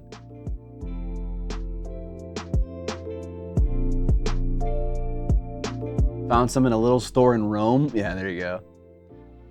My F404, I love the Vallejo Pro Modeler is the new brush I'm loving. Rosemary Co for life. Yeah, that one, the Rosemary Co, there's pretty good brushes in Rosemary Co as well. Just take a quick flight to Europe. Is Europe? I love that. I want to call it Europe now too. Yeah, definitely Rosemary and Co sables are gonna be better than the other synthetic brushes. Evan says, I especially like Rosemary and Co brushes that say Artist Opus on them. Lol.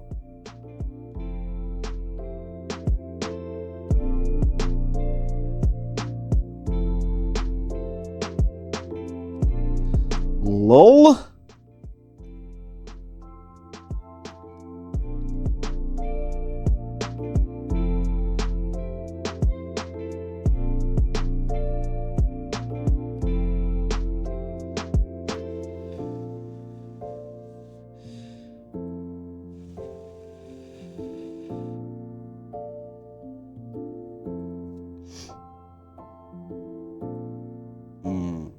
We'll do a little bit of pink, because that's what I've been doing this entire time.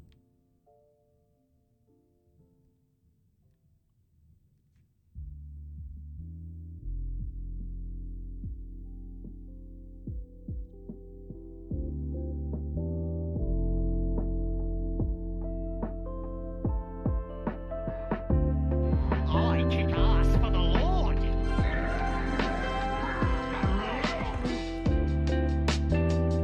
8-Bit Workshop, thanks for the sub. Welcome back from Adepticon. I feel like you're having a blast. Yeah, as always.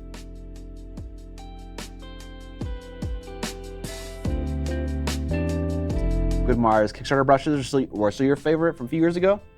The Da Vinci and Monuments are your daily drivers. Okay. I'm still riding my Series 7 into the ground. Very nice. God damn, that cop piece is bright. Yeah, it's bright. Maybe a little too bright. We'll see though, we'll see. It's hard to do like the NMM on like the lower parts. You know what I'm saying? So like if lava burned off Vader's arms and legs, you still think he's like part robot down there? Yeah, dude, it's a good question. That's a good question.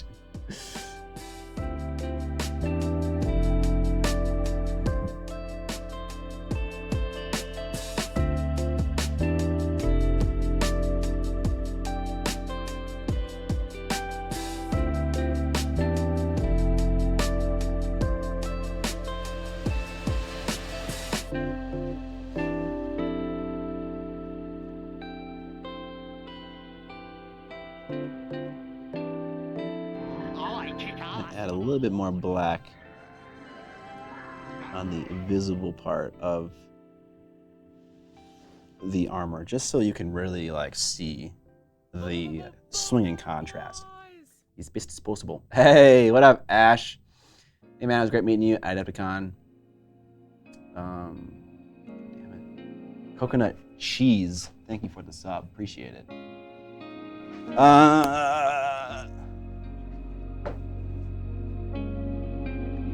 Ash says, great to meet Adepticon. Sorry if I seemed frazzled, wasn't ready to meet miniature content creator royalty. I feel like I was frazzled to see you, Ash, because I didn't put 2 and 2 together until I was like, oh, you are the Ash that exclusively donates whenever he wants to say anything. Did I get the new Procro sets? No, I did not. Monument. Baby J, looks like you survived. Absolutely, I did. Absolutely, yeah. I'm alive and kicking. What was your highlight of the event? Oh, what a fun question. My highlight of the event was we demoed Cursebreaker, and by we I mean me. Actually, it was me and Atsu. Atsu was a patron of mine, and he just happened to be demoing me in Cursebreaker. But then when we were done with Curse Breaker, we were all kind of just sitting around because it was like 10 p.m. or something like that. And Sean Sutter just drops his bomb on us. He's like, you know, I had this game that I dreamed of and then made into a game. And we're like, what? And it was called Kingdom Castle. And we played it. And it was actually a lot of fun for a little group. I definitely want to play it with my friends. But here's the gist of the game. What'd you think about the spear, though? Sean's dream game, dude. What up, Atsu? Atsu says, honestly hyped to use the Rogue hobby set. Super vibrant. By the way, I killed the Adepticon and brought you back with Necromancy, so now you are Zombie Scott. It's canon, go with it. All right, going with it. Zombie Scott, Zambies is my fucking master. Okay, anyways, this game, you start with something like 5 health, and you all represent a kingdom vying for power in an area. And you all start with something like 5 dice. And you all, at the beginning of every single round, roll all your dice. And each single value represents a thing in your kingdom that does stuff. So a 1, for instance, is plague. And for each 1 you have, you take damage at the end of a round. 2 is a soldier. If you have 2 soldiers together, so 2 2s, you have an army and you can attack someone for 1 damage. 3 is a traitor, i.e. someone who leaves your kingdom to go somewhere else. I think 4, it's like something's a wizard, something is a princess, and something is a merchant. And I think there's a builder too. I think I have 1 too many things. But the point of the game is that every single value is a role in your kingdom, and they all do different things. Some people can go and get other people from a different kingdom and bring them back to yours. Some can increase your health of your kingdom. The builders can do that. And others can do other things. And the point of the game is to be the last one left alive. And at the end of every single round, everyone loses 1 health because of like the seasons wearing on. And whenever a kingdom goes down, they distribute all of their dice as refugees to the other kingdoms. I think it took us like, I don't know, a couple minutes to get through the game. It wasn't very long, but it was fun. Can't remember it all though. He is a treasure. There's a picture that Dan took of me just like staring at him with like with awe and wonder. I didn't explain it very well, but it's a very chill game and it was just fun. It was fun to play. I think it was so much fun because it was just so unexpected. It was like, I don't know, I didn't think it'd be like a thing that was as fun as it would have been. And so for that reason, it made it seem more fun than maybe it actually was. I don't know. Wizard.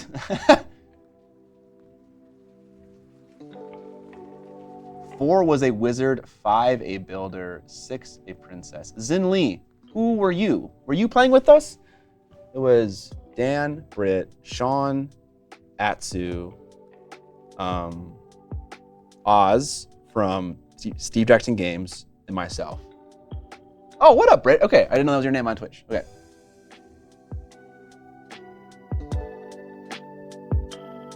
My board game went from convention. Wait, my board game want from the convention is WROTH. It looked so great. I don't know what that is.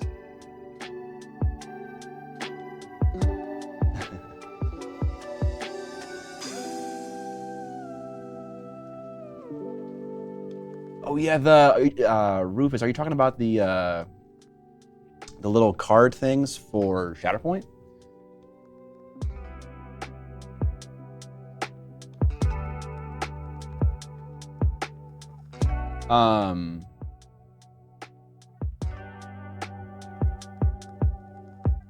Yeah, I think I did enjoy the little organizer things. I was trying to think of something about them that I didn't like, but they were pretty good.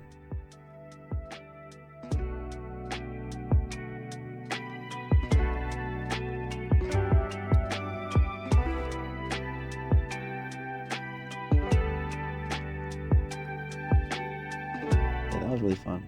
Curse Breakers was also pretty fun too. Simple game.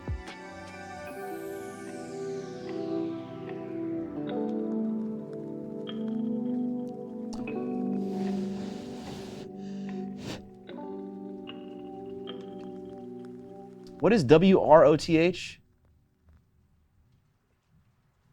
WR is a territory control game, and everything is super neon and saturated and all the. Okay, I did see that was there by the stairs, right?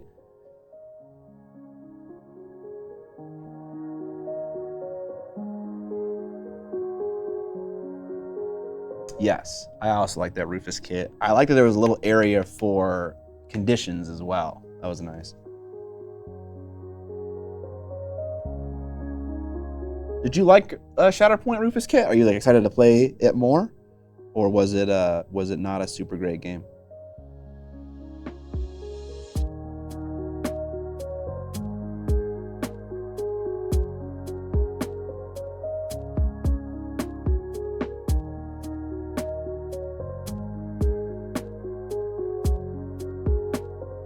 Same question for you, Brett. Did you like the game? Yeah, there's little dashboards that Rufus Kit printed out for us, Koala Kim's, that basically was like a place for your card, a place for your stance, a place for a D12 that then tracked your health, because no character in the game has more than 12 health yet. And then a little rectangle area where you could put conditions that had like a little dish in it so they wouldn't like scatter around. And it holds the unit's card at an angle. So it was a little thin FDM thing. It wasn't like super like big and chunky. It was just very clean.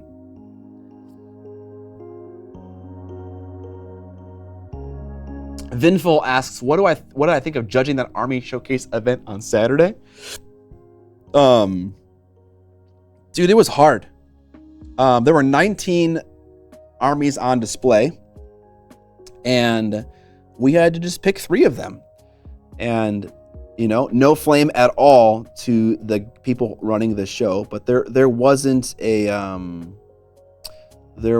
criteria for what they determined was a good display board.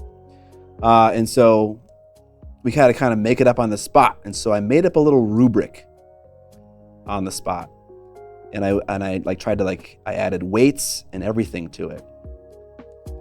And so basically what I decided was that a displays board is going to get judged on the show-stopping nature of it, how impressive it is, the quality of the paint jobs of the miniatures, the quality of the natural elements, trees, rock formations, mountains, stuff like that, the quality of the crafting of the man-made structures, walls, doors, shit like that. And then the special effects, whether they're using music, LEDs, fog, like whatever else. And then I can't remember how everything was weighted, but then I went through each and every single one, gave it a score of 1 to 5, times it by its weighting, and then added them up. And then I had a top 3 from doing that. And it was hard. It was very difficult because they this year wasn't just 40K and Age of Sigmar. It also included smaller games as well. Legion's a little bit smaller, but most notably MCP and Shatterpoint and stuff like that. And it was hard. It was hard to reasonably compare those things. Like I imagine it'd be hard to compare a Necromunda diorama to a single Necromunda figure. But yeah, it's hard when someone kind of comes up to you after the show and they're like, why didn't I win? And it's like, I mean, you don't want to say it's impossible to do your job, but in a way, it kind of is. Rufus says he's stoked to play more. My next goal is to finish the star set terrain and all to play with my kid who demoed it with me. Nice, okay, cool. Brittany also enjoyed it. Nice. Rufus Kit and I played Saturday too. Oh, cool. Awesome, yes.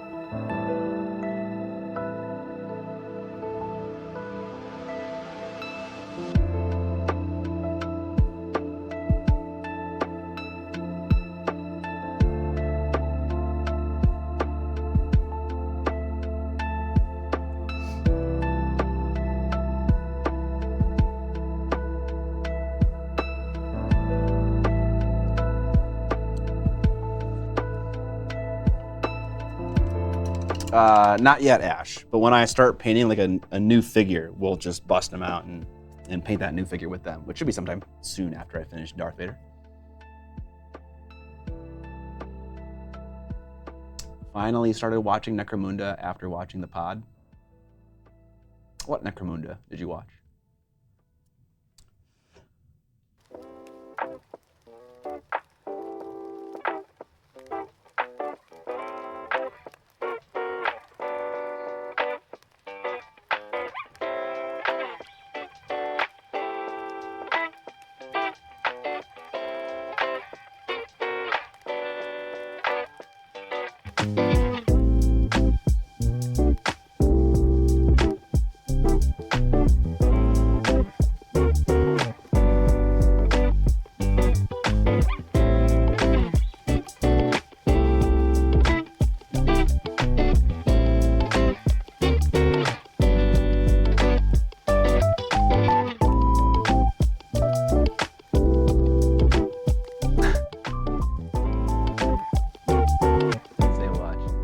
Started Necromunda, I bet. Awesome, dude. What gang did you pick up? Hey, Thor. What did I think of the AOS reveal with no minis revealed? I mean, yeah, the GW preview event was kind of a shit show. There was some cool stuff shown off. It just wasn't shown enough. And then the AOS event itself that had like no revealed models in it. I don't know. I didn't mind that as much as everyone else seemed to mind it. It was a cool cinematic. I think where most people got hung up about that was that when they did the 40K reveal event, whenever the new edition came out, whenever that was, they also revealed new models at that event. So kind of people just assumed that the same thing was going to happen for AOS. All right, see ya, Sam's mini painting.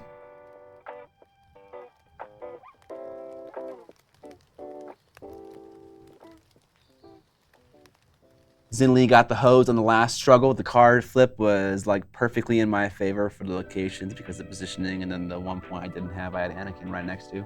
Yeah. Sometimes you kind of just get the shitty drop. It's best if you can identify that early. So like when you were playing the second struggle, like the sooner you can identify that you were losing the game, the better. Because then you can just like, honestly, like it's hard to know, but you have to be like very honest with yourself about like when you're able to truly win a Shatterpoint scenario and when you aren't. And the sooner you can do that, the sooner you can just stop trying to fuck with objectives in a round, and the sooner you can start just murdering your opponent. Which is what I do. Like when I know that okay, like I'm not gonna win this thing, it's just not gonna work out for me this time. I just start fucking killing everybody on the board, and then my opponent is trying to win the game still, but then they have to deal with me murdering every single one of them. And then we go into struggle 3. And suddenly half my dudes are alive and everyone on the enemy team is dead. And it's a lot easier for you to win that third struggle because you spend your entire time just killing them. That's what I found works well. Am I doing other games April this year? I would like to. I would like to do at least a video or two demoing some new stuff. Or sorry, some indie content. But I'm probably not going to do it to the extent that I did it last year, where like every single video was showing off a cool indie product.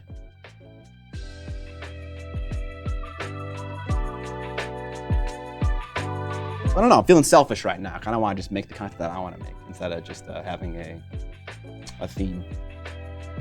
Relic Blade? Perhaps Relic Blade. They have some cool new models that I was definitely into. I think they were for Cursebreaker though, the ones that I like. No plans to go to Gen Con this year, sadly.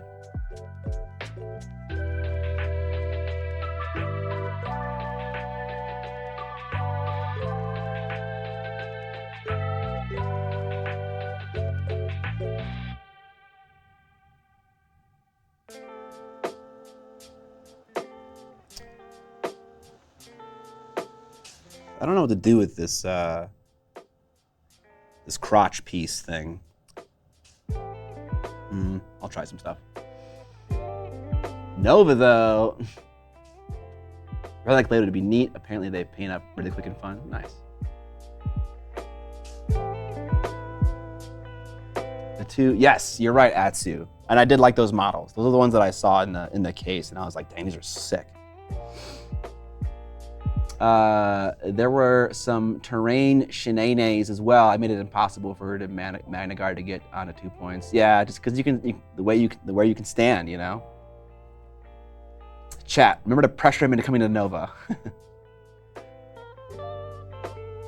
Ooh, the Curse Breaker Kickstarter.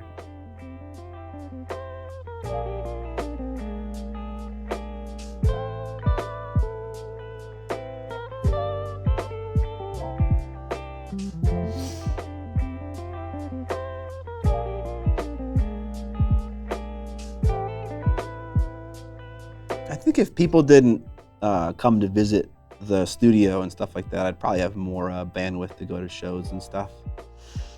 But because I have people like visiting semi-frequently, like we had Jeremy come over, and we had My Name and Hobbies Jason come over, and at some point Vince is gonna come over, and at some point Valbjorn wants to come over as well. Those are all kind of like little mini conventions for me in a way. So it's hard to kind of do both.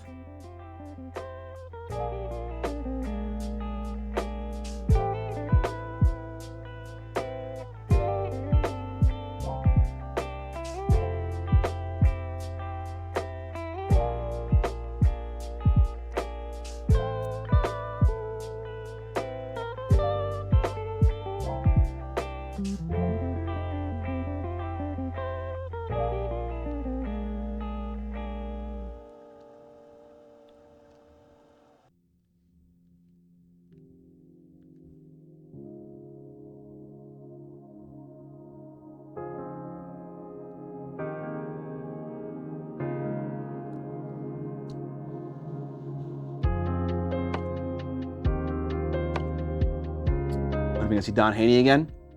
Don Haney on the podcast or Don Haney on the stream? Mr. Frog.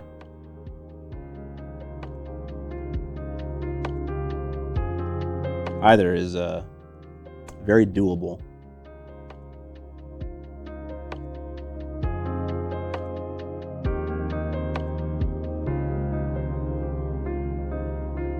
Don Haney was actually at the live podcast, which was cool to see him there. Porque no los dos.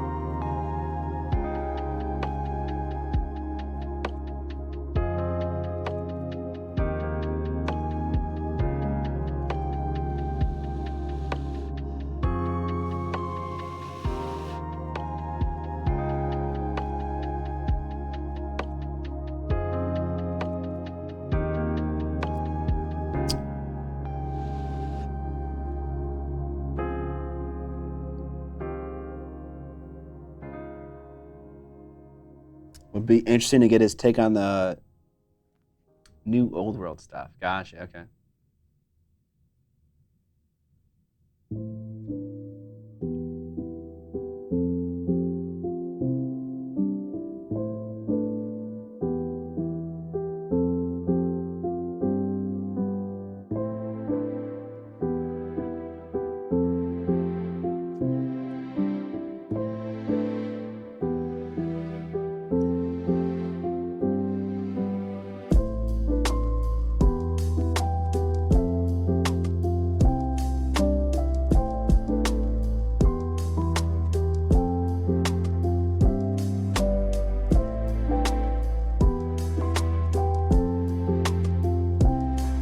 Add a little itty bitty highlight to the top. Before we do that, let's just try to blend what red was there. With a nice dark ruby color.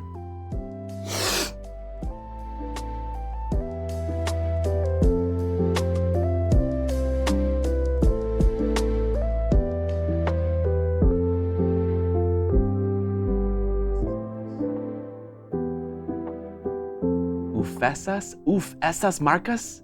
I don't know what that means. All right, cool. So Rufus Kish just linked the files in the chat for Shatterpoint that are like little dashboards for all your cards and for a D12 to hold a health pool. Oh, a little Other Games April featuring Don. That wouldn't be a bad idea. Do a little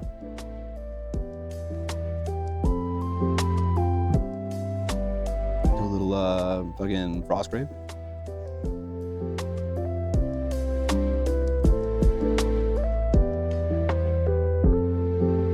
Yes, you do, Evan.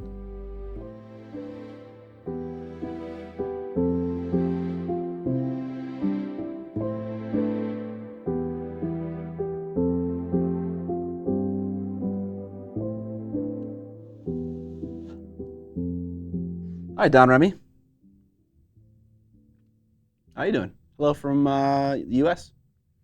House rules for Frostgrave: every time you cast Blinding Light, Scott can still flick you in the nose. Definitely not gonna. Dan's banned. Dan's banned from playing Frostgrave. Even when I'm not the opponent, he doesn't get to play.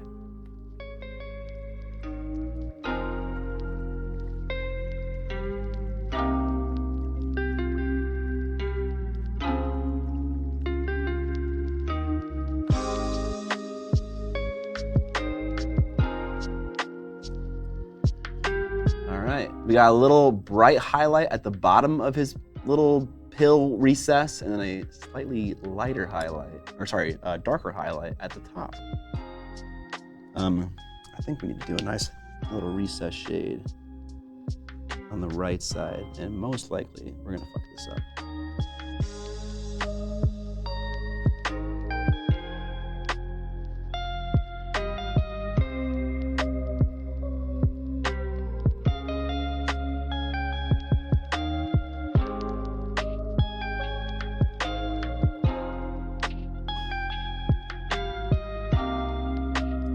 Now it's a little bit more visible. That's good. Hey there, feller. What made you choose Shatterpoint over Legion? Have a wonderful evening. No real reason, honestly. Actually, you know what? There was a reason. I had demoed Shatterpoint not at this Adepticon, but the one before it, 2023 Adepticon, and I just really liked the game. I thought it had a lot of really cool things going on in it, and it reminded me of Guild Ball in a big way. And so I had loved Star Wars at the time. I was really getting into Star Wars, and so I figured this is perfect, you know? Nice little skirmish game, easier to paint the figs, because there's less of them, and yeah. Pretty good game. Can I come back for Frostgrave if my wizard is my mini-me and no Blinding Light? No, you're banned forever. His pill recess? Are you implying he takes pills to make his codpiece bigger? Yes. You're welcome, Blue Noser.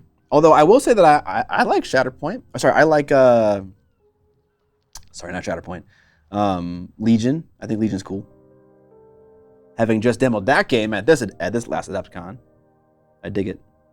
Oh, I dig it. Can you dig it?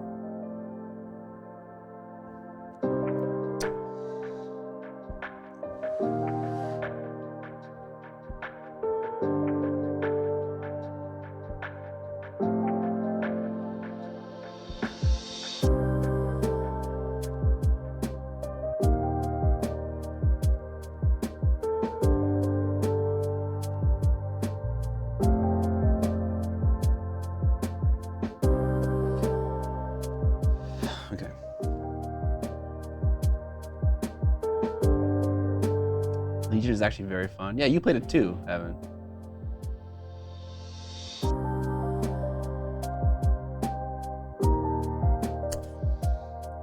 I want to play every game. I want to play every game. and I would love it.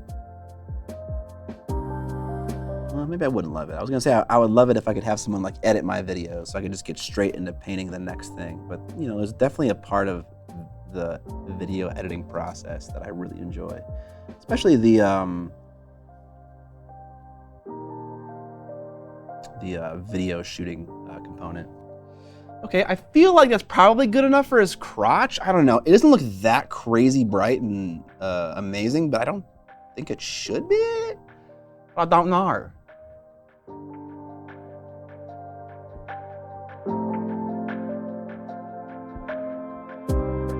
Without Kill Your Friends episodes firing on the regular, my likelihood of buying into $1 billion games is tier slow. Ah, man, I guess the problem is there are just so many games that are worth your money, honestly.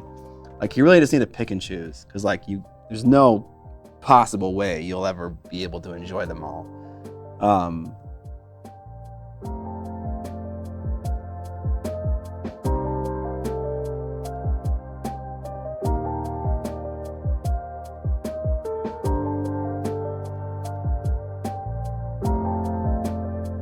Bring back the gaming stream. The gaming stream was rough, man. The gaming stream made gaming feel like a chore. And I don't want that.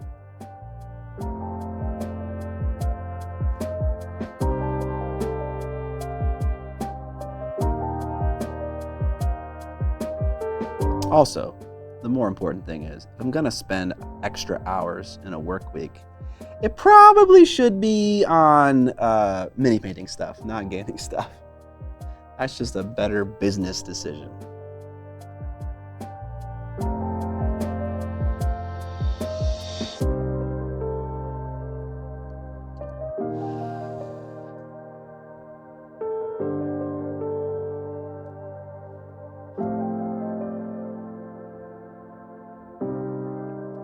Firmly allowing Kill Your Friends to be my wargame skirmish game sommelier. Yeah, there's too many. There's too many good games.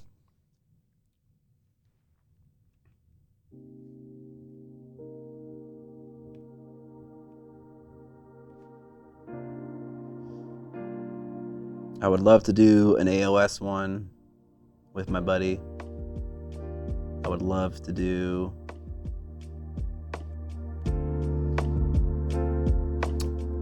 Necromundo one.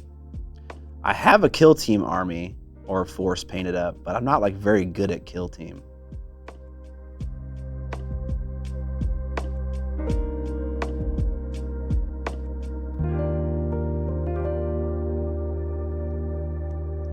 That'd be cool to get like Jay playing in that.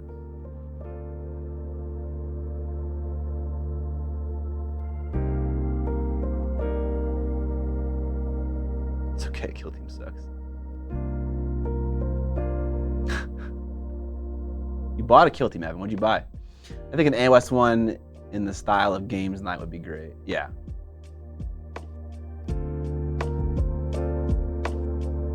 I'll teach you to be a kill team Spike. Oh God. I think for kill you know what? I don't know what kind of gaming is best. I think obviously it depends on the game you're playing, right?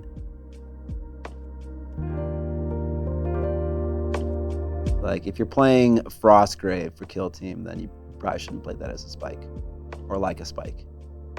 But if you're playing something else, then it's probably more reasonable. It's not hard to guess. The squats one. Crush your enemies. What is best in life? You hear the lamentation of the women. Jason Craze, all about that war cry. Zambi's got him fucking fiending for war cry. What is best in life? Dwarfs.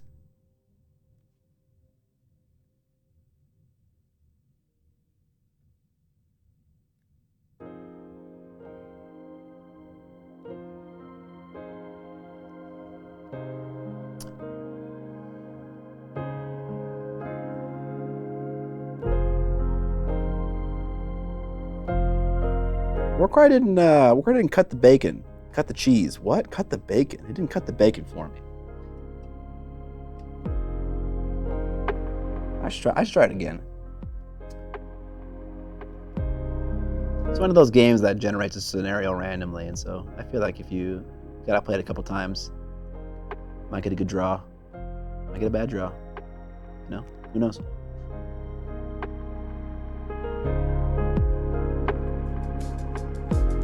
You got conned into playing Battle Tech Alpha Strike. You weren't a huge fan of that, were you? I almost exclusively play Conquest now. That's cool, man. Why do you like Conquest? Bears and battle axes. Warcry is checkers to kill a team's chess. I kind of agree with that sentiment, which is not necessarily a critique of either system. The nice part about Warcry is that you can play a game in 45 minutes and just re-rack and play another. Yeah, probably if you are familiar with the system, that wouldn't be too challenging.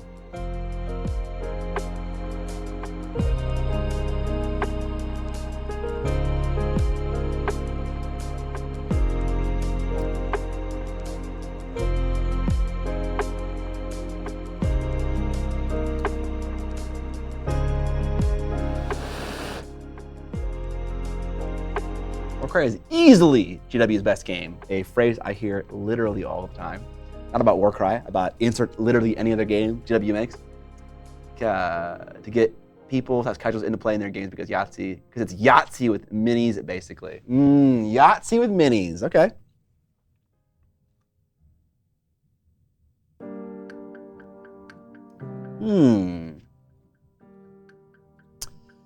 I'm curious. What is GW's best introductory miniature war game? I feel like it might be Warcry. I think Latino Hot is right.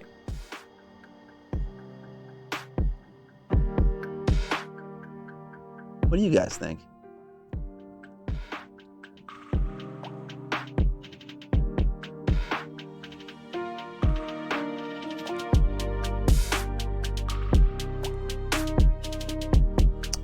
Got some black on this thing. I'm trying to paint over it.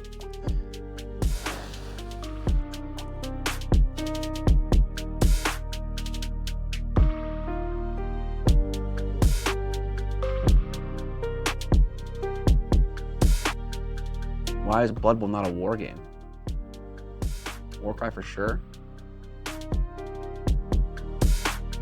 Mordheim, Blitz Bowl. I think it's Mordheim because it's a free entry point, but I'm biased. You think if someone has never played a miniature war game before, the best game that GW has ever made in their past for them to play is Mordheim? Truly, that's what you think, Summon Lesser Maker? I'm not saying that because I am disagreeing with you. I'm just stating the full statement.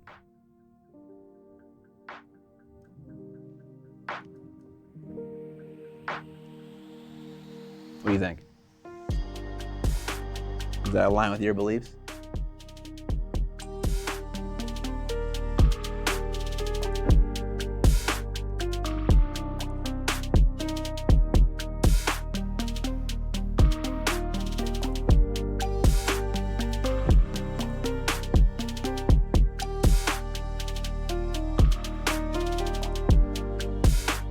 There's no risk, it's free. I mean, there's some risk. You have to buy models for it, right? Unless you want to play paper dolls. Best game GW makes is Titanicus. You know, Jason, someone else told me about Titanicus at the show. They were like, it's my favorite GW war game. I can't remember who it was, though. But yeah, I definitely heard that from someone else as well.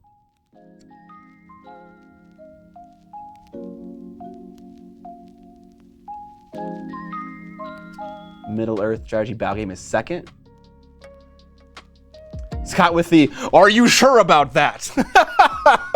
I didn't mean it to sound like that, but I just wanted him to understand the full idea.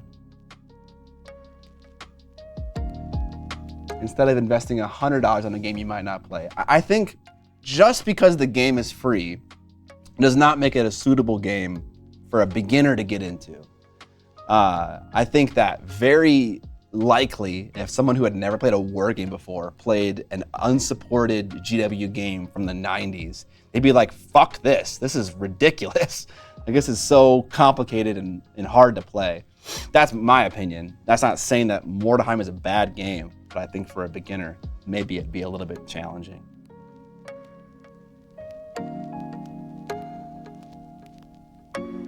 But I don't know, you know? I've never read the rule set for Mordheim, so I could be just totally fucking talking out of my ass right now.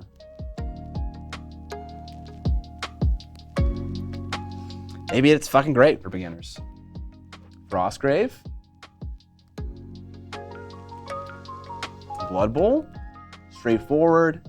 Rule set with added depth from certain team rules. The amount of models you need to begin is fair. Underworlds.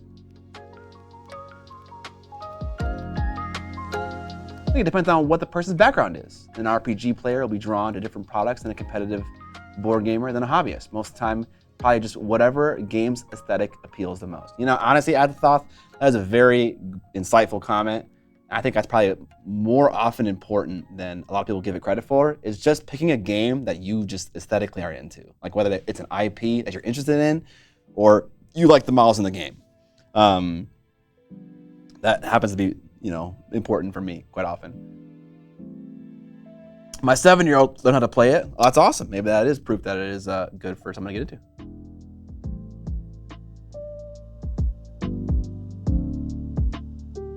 Thank you, Mr. Funkadizzle.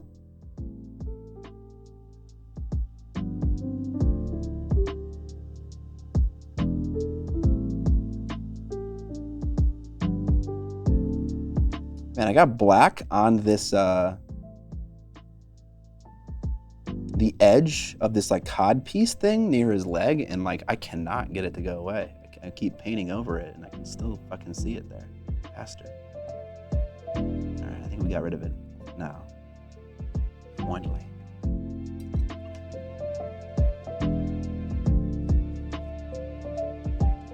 Some games are hard to find other players for. Yeah, I think that is definitely the case, but I think a lot of times if you have a local game store or a buddy who is willing to experiment and you are willing to, you know, be the person that supplies the miniatures and reads the rules and learns the game, you can kind of virtually play any miniature war game you want to. All right. What are we doing? Is that a shiny enough cod piece?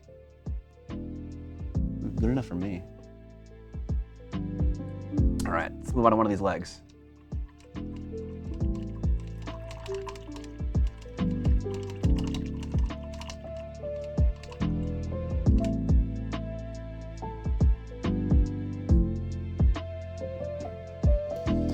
Okay, so legs, or rather cylindrical pieces of armor, are a lot easier to paint than random bizarre shapes like the cod piece and the shoulders and a lot of the elements on his face. But I do know that it is a lower element, so I don't want to go too crazy, I don't think. And also I can tell, and maybe you can't see it very well, that I am wiping paint off with my hands on this part of the model. So I kind of feel like I don't want to paint it. Or maybe I will. Maybe I will. Maybe the reason why I was wiping paint off was because I was painting the cod piece in other parts. Let's try it out. Let's see what happens. All right, so if this is the angle I care about, then I'm gonna have, maybe you can even see it, look at that. There's a highlight down here and a nice edge highlight that runs up this side, bright spot right here, and maybe like a very subtle highlight that runs along this edge. You can even see what it looks like. That's nice. Okay, so we'll do that. We'll have a bigger highlight on this side of the shin, right there on the calf muscle that runs down here, and a smaller one on this side. And then we'll do a variety of whatever. There's a bunch of detail on his kneecap that is just small.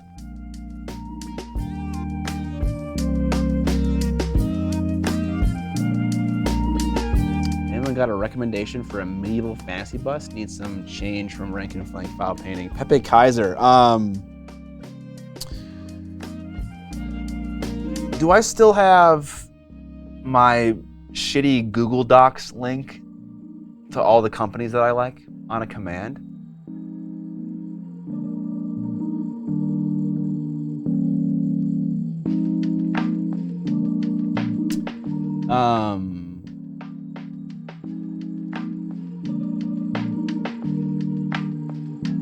Shitty Google Doc link. You could try Big Child Creative. You could try Fernando Ruiz Miniature, FER Miniatures. You could try Nocturna Models. You could try... What else could you try? There's a lot. There's so many. You could try Spira Mirabilis when they do their, quarterly release that you can only get for a 1 week period. Those are amazing busts. There you go. There's a list. Check that list out. Bunch of busts in that list. Pepe Kaiser. But a Cawdor gang. Nice, Mr. Funkadizzle. Can't decide on the normal dudes or the redemptionists. They both are good. You can have both in the list. You just need to pick whatever your majority is going to determine your path. Path of the zealot or path of the faithful, I think.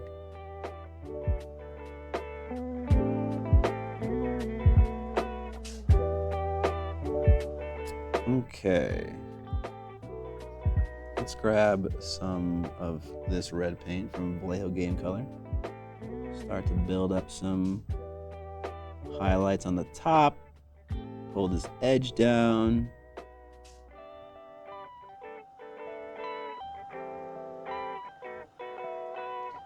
Get some red on this side of his shin, his calf muscle.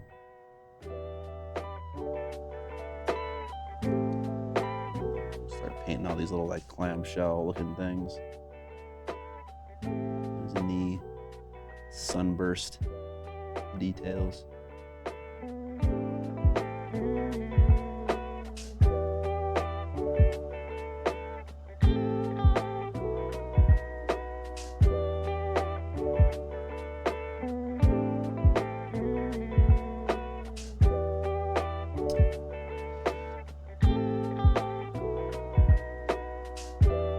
Thanks for the raid to the cap.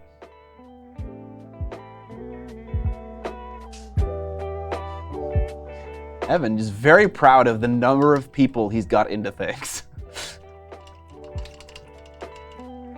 What promo code do I use for the monument side to give Scott a kickback? Because this guy is making me buy a texture trainer right now. I don't think there is one.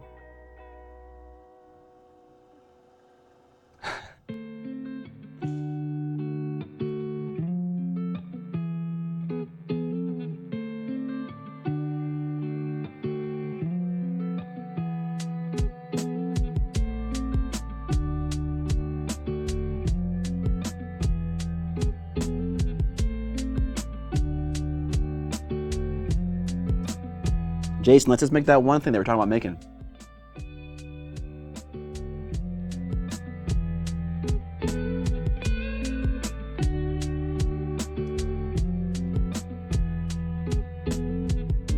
I have a favorite Golden Demon entry. Oof. That's a great question. Off the top of my head, I can't think of any. But give me a second here. There was a lot of really awesome Blood Bowl entries, like really good ones.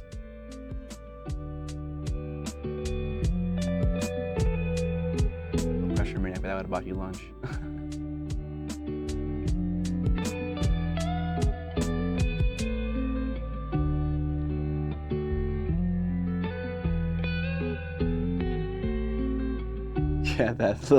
Yeah, that was Neil Hollis who painted that little gremlin for Lord of the Rings. They got a bronze, I think. It was ridiculous.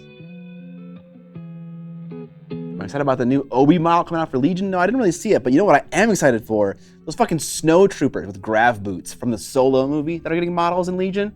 Fuck yeah, dude. Amazing.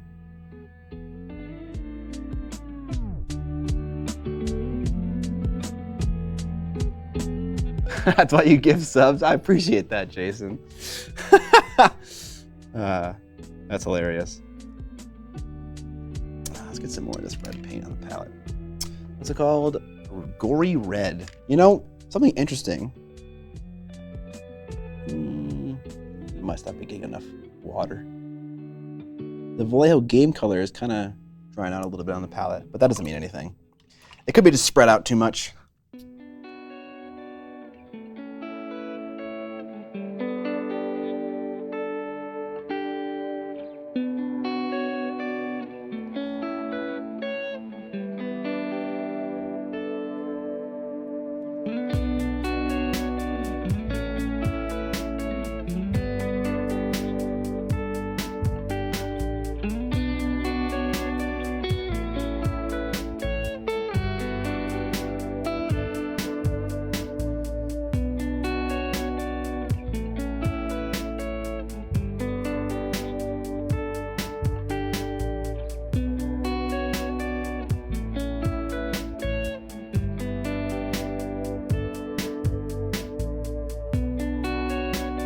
I'm not even gonna bother painting these little beads that are like on either side of his knee, just because I'm not gonna like blend on top of that. All that we're gonna see from those little beads is like a bright little red dot. So I'll just wait until that point to paint them with red dots.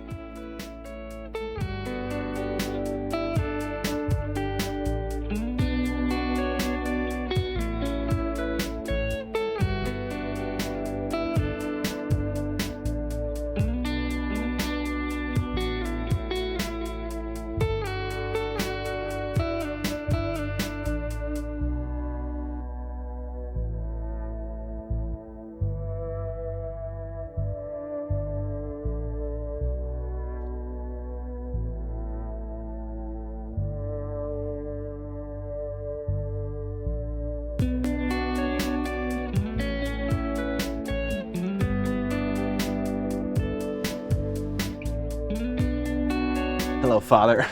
What up, professional paint licker? What up, Nodens?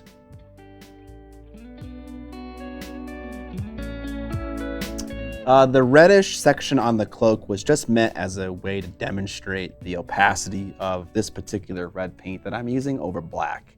It's pretty bad. But yeah, I was just testing it out.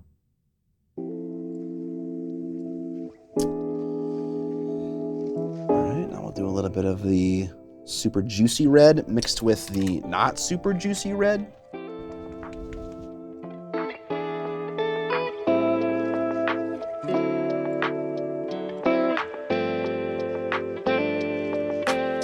Pretty bad opacity just means a lot of control. I mean, it's not, yeah, you're right in implying that opacity isn't the most important thing in a paint range. Did everyone have a good time at Adepticon? I couldn't go. Yes, everyone that went had a great time. No, I don't know. I had a good time. That's all I know.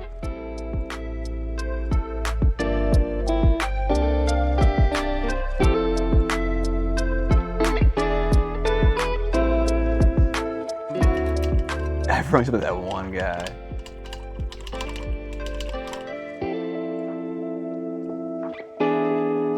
I've watched a ton of your YouTube stuff. Between you and Ninja and Vince, I have come a long way in mini painting in a super short time. Thank you for all of that. You're very welcome. You're very welcome, Nodens.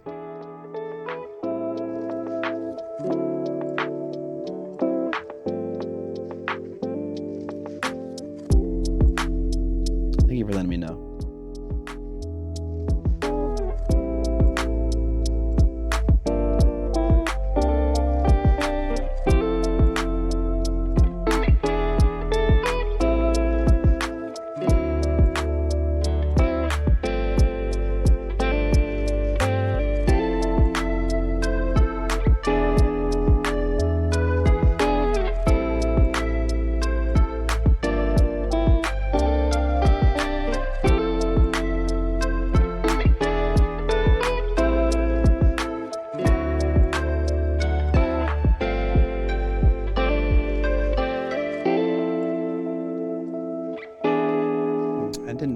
This side of the cap at all. Hips. I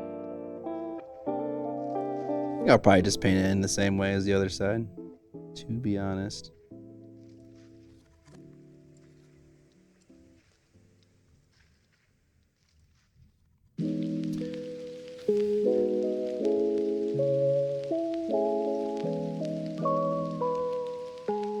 Did you manage to play a Drakari versus Drakari game with EOB? No, I actually used his Drakari versus his Gene Stealer call, so we played a game together.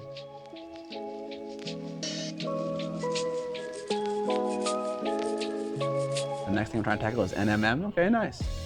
Oh, thanks for the gifted subs, Monument Hobbies. Appreciate it.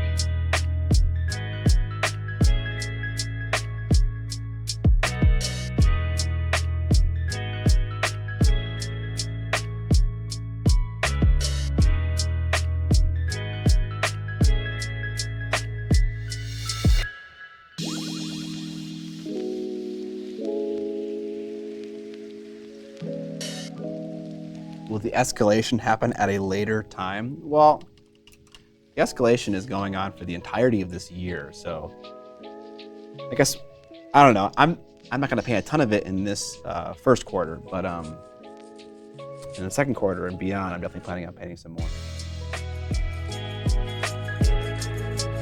I think, so coronary jump to I think you are right. I think Jay did want me to bring my painted 500 points to Adepticon, or bring something to like shoot some footage and shit, but like I didn't really get around to painting any models. I didn't bring it.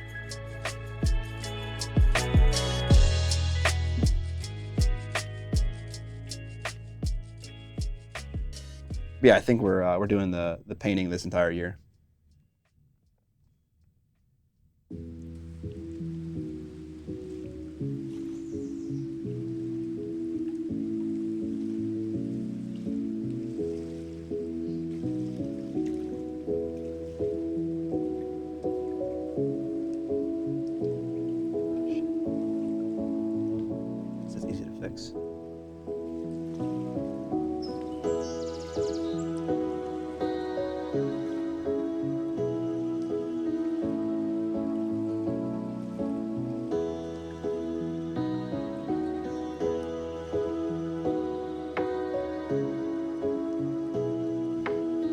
At some point I always just mix too much of this red color into my other red color, and then it just becomes very difficult to blend correctly.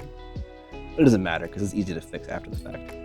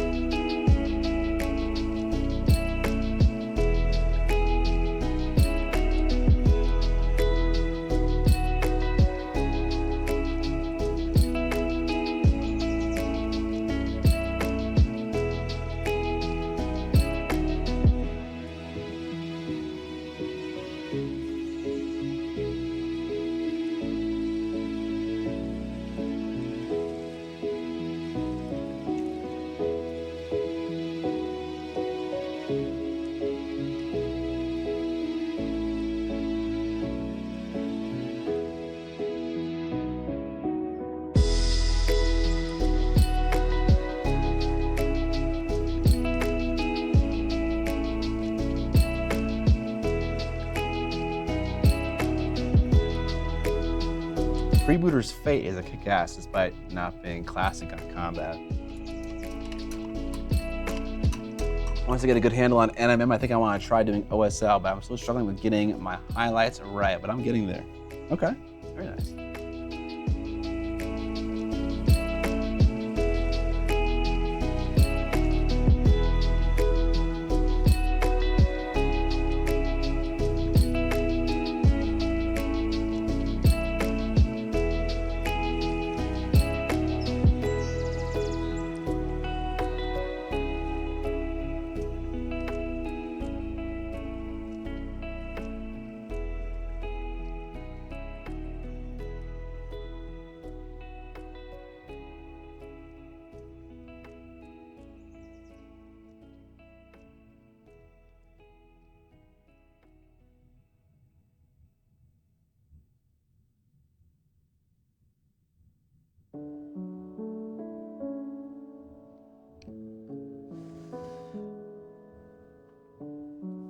Sorry, I'm not being super chatty. I don't get to nerd out. Oh, you're being super chatty. Oh, please, no. This is the place to be super chatty. Like, yeah, no worries. Great to meet you too, The Line Creative.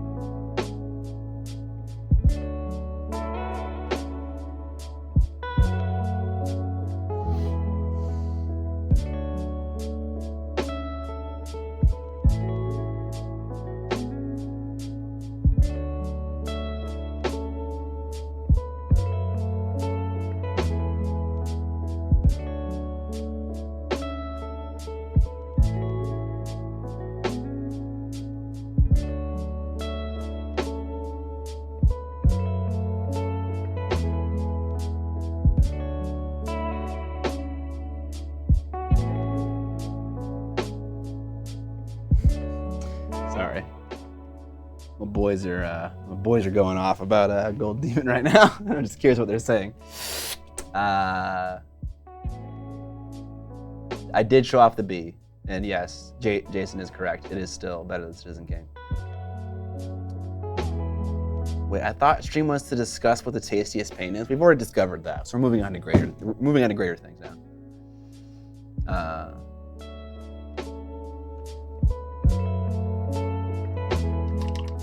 I said I was gonna be concerned about like not making this like leg shiny and fantastic, but you know what? Who cares? Let's make it shiny and fantastic.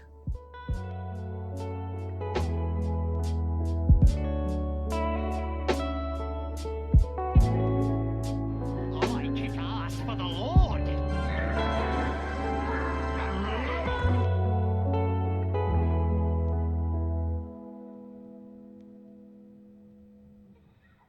I kick ass for the Lord.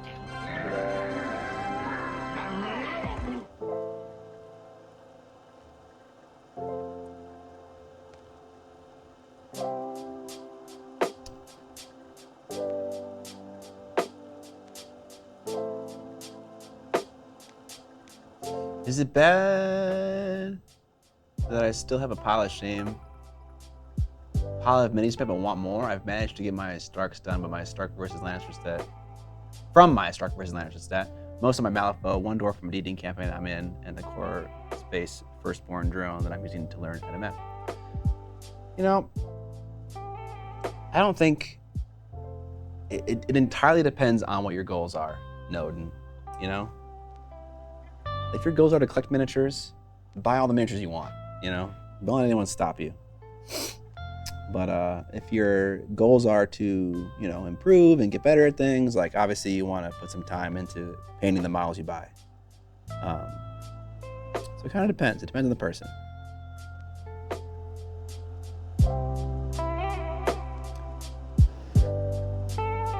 What up, Guy Montags?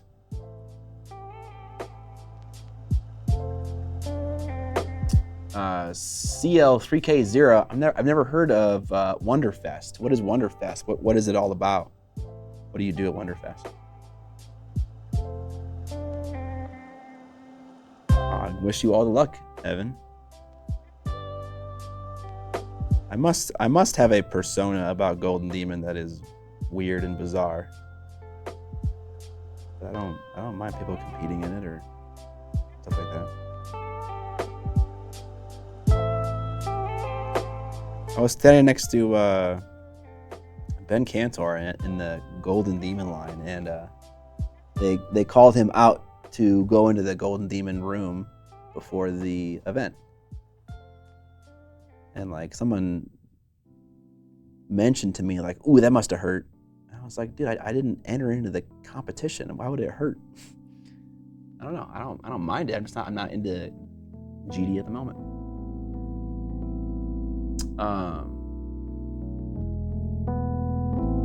It's a model convention, minis, dioramas, and models. What kind of models? Is it historical? Is it fantasy? Is it sci-fi? Is it all of them? I just got into playing games, but I'm having so much fun just painting the guys that I've only played A Song of Ice and Fire like twice, and that's it for everything that I purchased so far. I mean, yeah, if you're having fun painting, just fucking full speed ahead, bro. Keep going.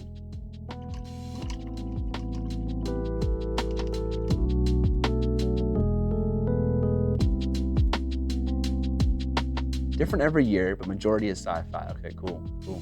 Never heard of it. I don't have Con Crud yet, but we'll see. We'll see what happens.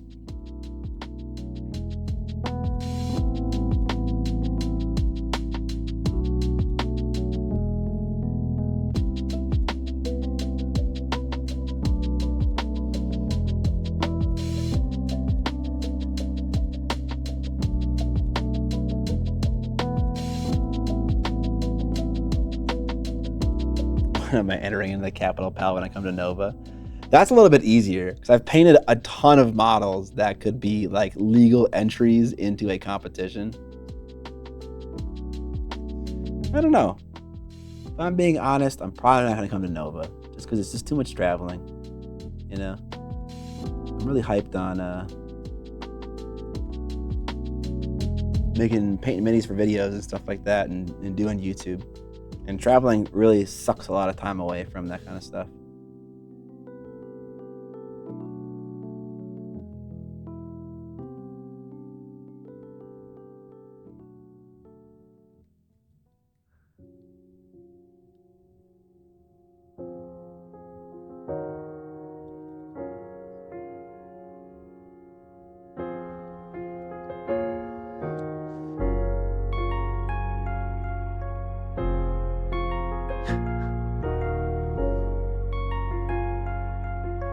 I'm so excited going to be entering some big projects into my first ever painting competition in the Capital Palette. Very cool, Gosu. What are you gonna play? What are you gonna enter?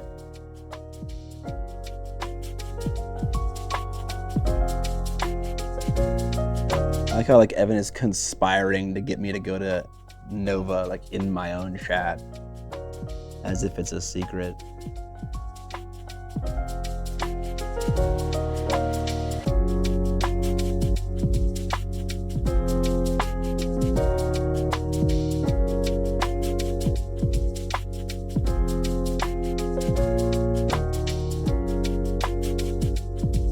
That's probably the joke.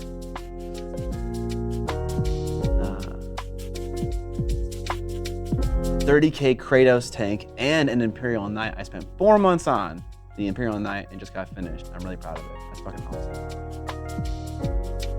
Has anyone painted a Golden Demon for Golden Demon? Probably at some point in the show's life. Someone decided to be a jokester.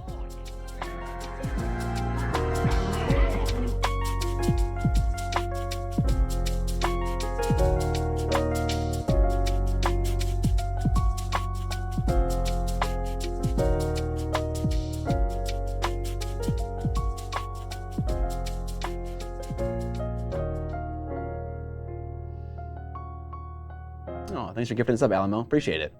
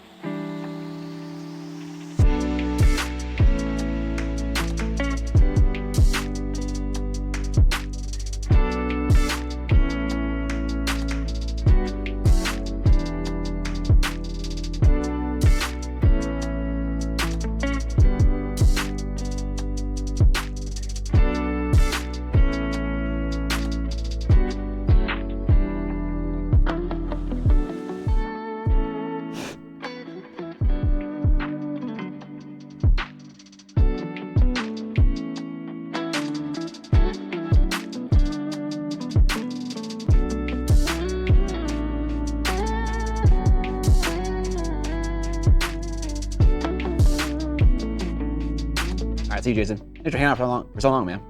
Appreciate it.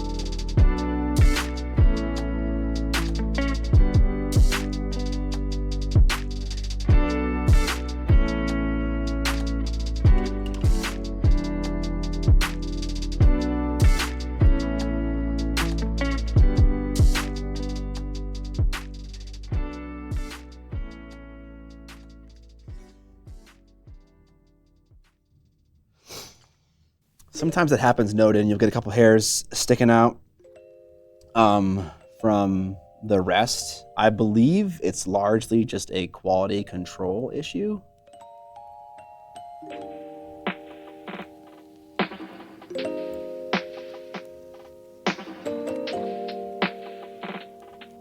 There was some time ago that someone used to think that those extra bristles coming out of the end were intentionally manufactured that way, but they weren't. What up, Trippill? Thank you. That's the guide hairs.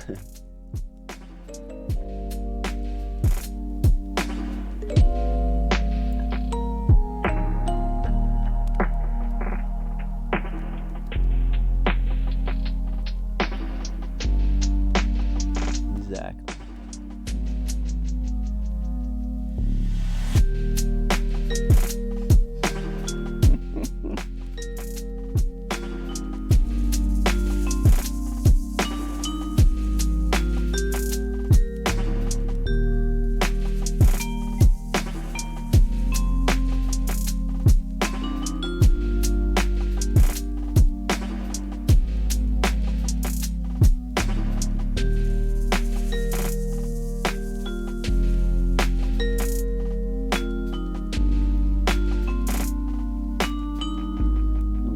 Super delicate highlights on these whatever these are, and they're totally gonna get rubbed off by my fingers when I paint the rest of this gigantic model.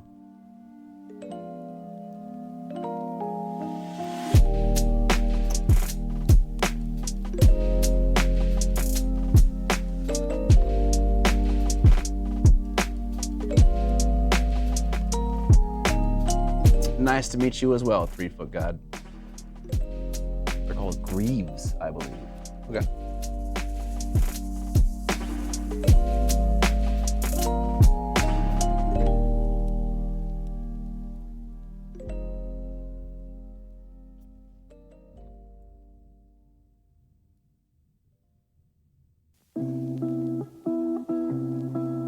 I would love, oh man, I can't believe I brought all those fucking red products to my house and I haven't brought them back yet.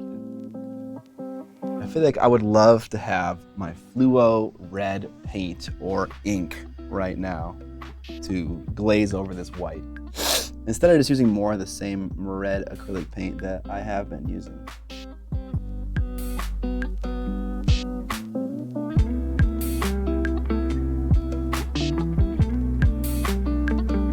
I'm gonna glaze over this kind of white pink highlight, and I'm gonna make sure that I cover up some of the dark color as well.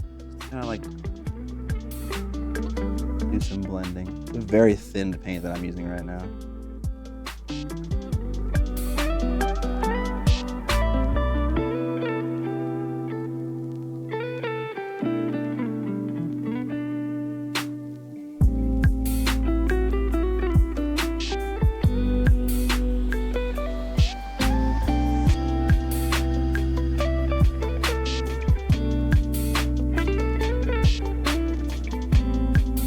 Scott will do a docu video with Rosemary and Co, and they'll take him up to a large room and say, "It's where people with guide hairs." They're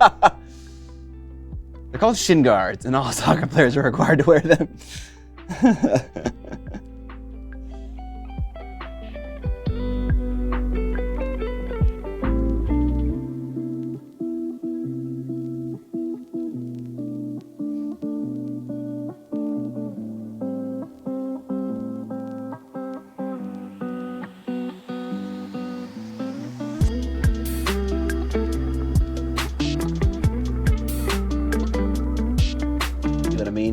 Hit those little bumps with one base coat and you're kind of done.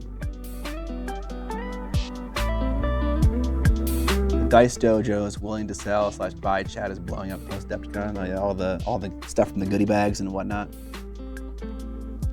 Let's see, I did a big rectangle. 2 smaller dots. I don't think that's what happened over here, but looks fine.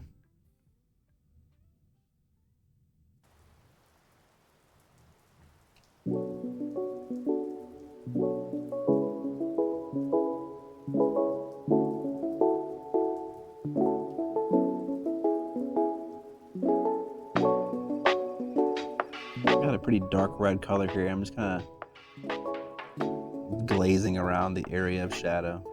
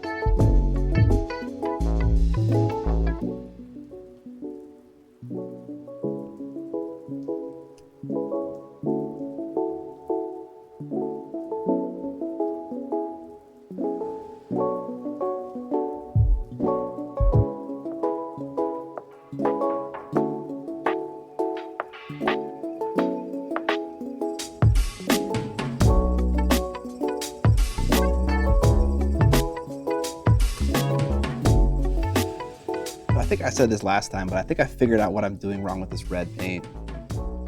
I'm painting it like NMM, like NMM silver, which has like huge gradations of gray and white and black, but there isn't a lot of that going on in red, glossy cars and other shit like that. It's kind of just all red. All red, no black and white. There's a little bit of pink, but the pink would just scale down into obscurity. It's so little pink that I don't think you would ever really see it on a miniature.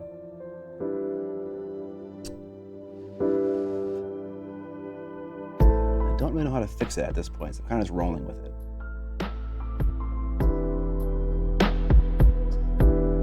Rather, I'm kind of unwilling to go back and fix it at this point.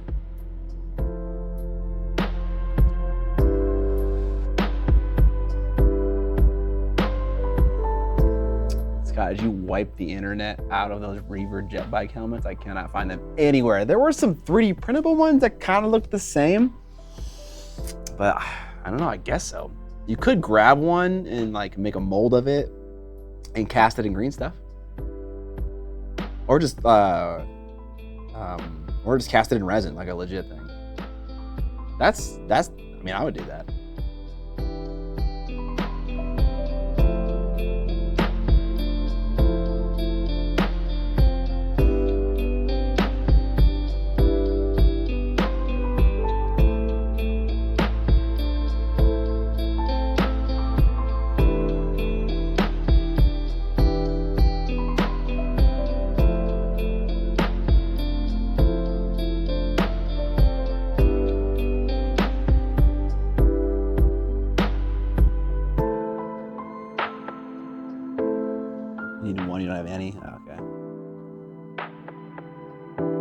I wonder how good a 3D scanner would work on a small head Rufus kit. You think it would do a good job?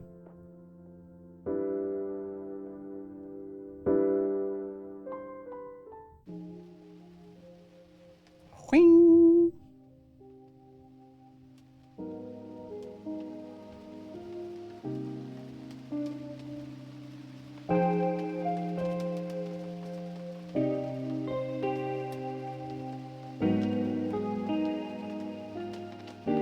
Depends on the scanner. You can work some magic with photogrammetry these days. Oh, sure, taking a bunch of photos in a 360 and piecing together a model.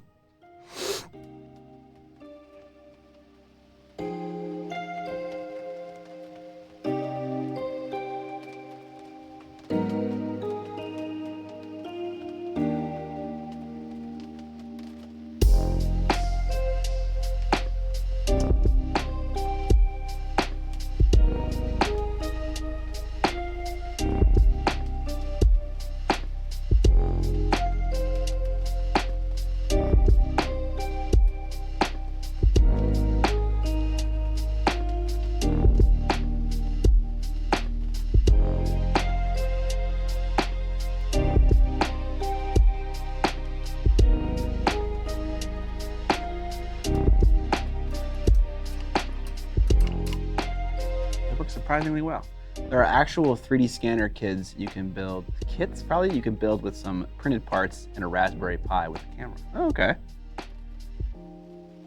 I do have a Raspberry Pi laying around doing literally nothing. Speaking of photogrammetry, goddamn, I didn't realize that Ben Cantor's piece was fully custom sculpted. Yeah, it is. He's a painter first, but in the last 2 years, 3 years, he really has gotten a lot more into sculpting. Maybe even more than 3 years, if I'm being honest.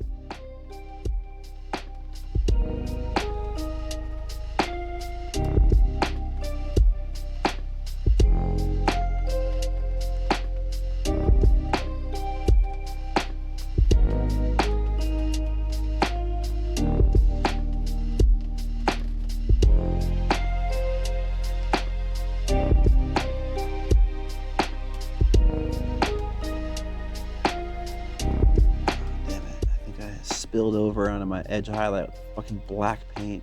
God damn it.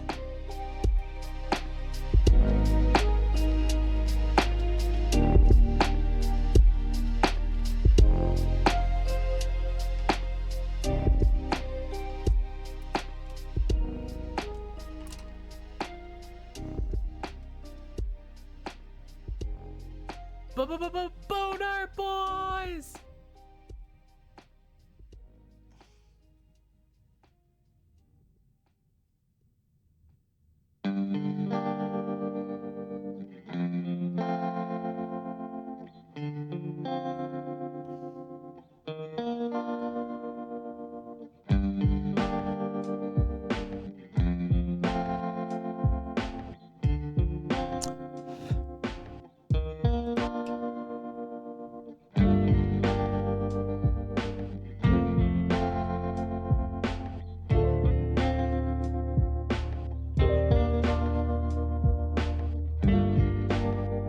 Yeah, the model that won the Slayer Sword was a scan and a mirror, so that it could be a mirror top to bottom. If you just flipped the model, it wouldn't look like that.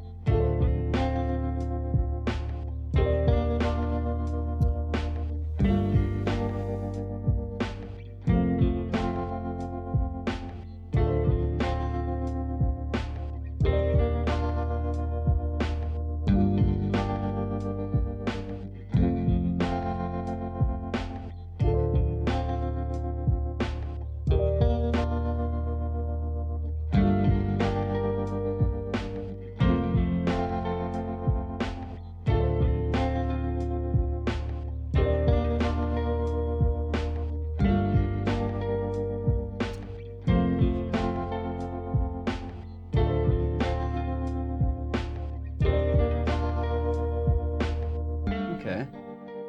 There's a reasonable leg. Reasonable leg. That was the name of my band in high school.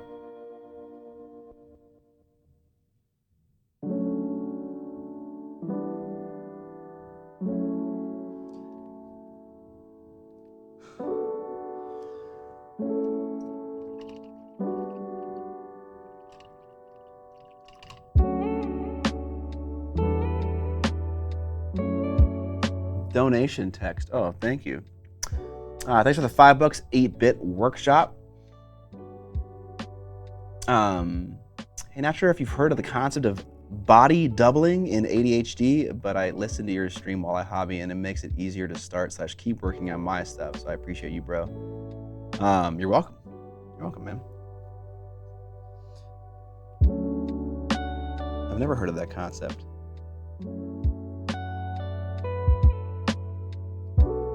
I'm gonna sneak a little bit of black in here.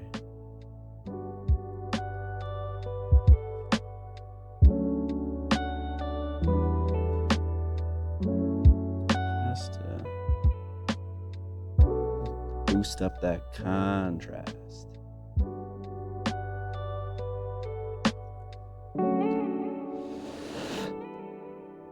Okay, I don't know about that, actually. I think it's too dark. It looks like I don't know. It's just too distracting. It's too distractingly dark. I'm gonna paint over it with this bad red paint that I have. It's like so distractingly dark right in the center of his shin.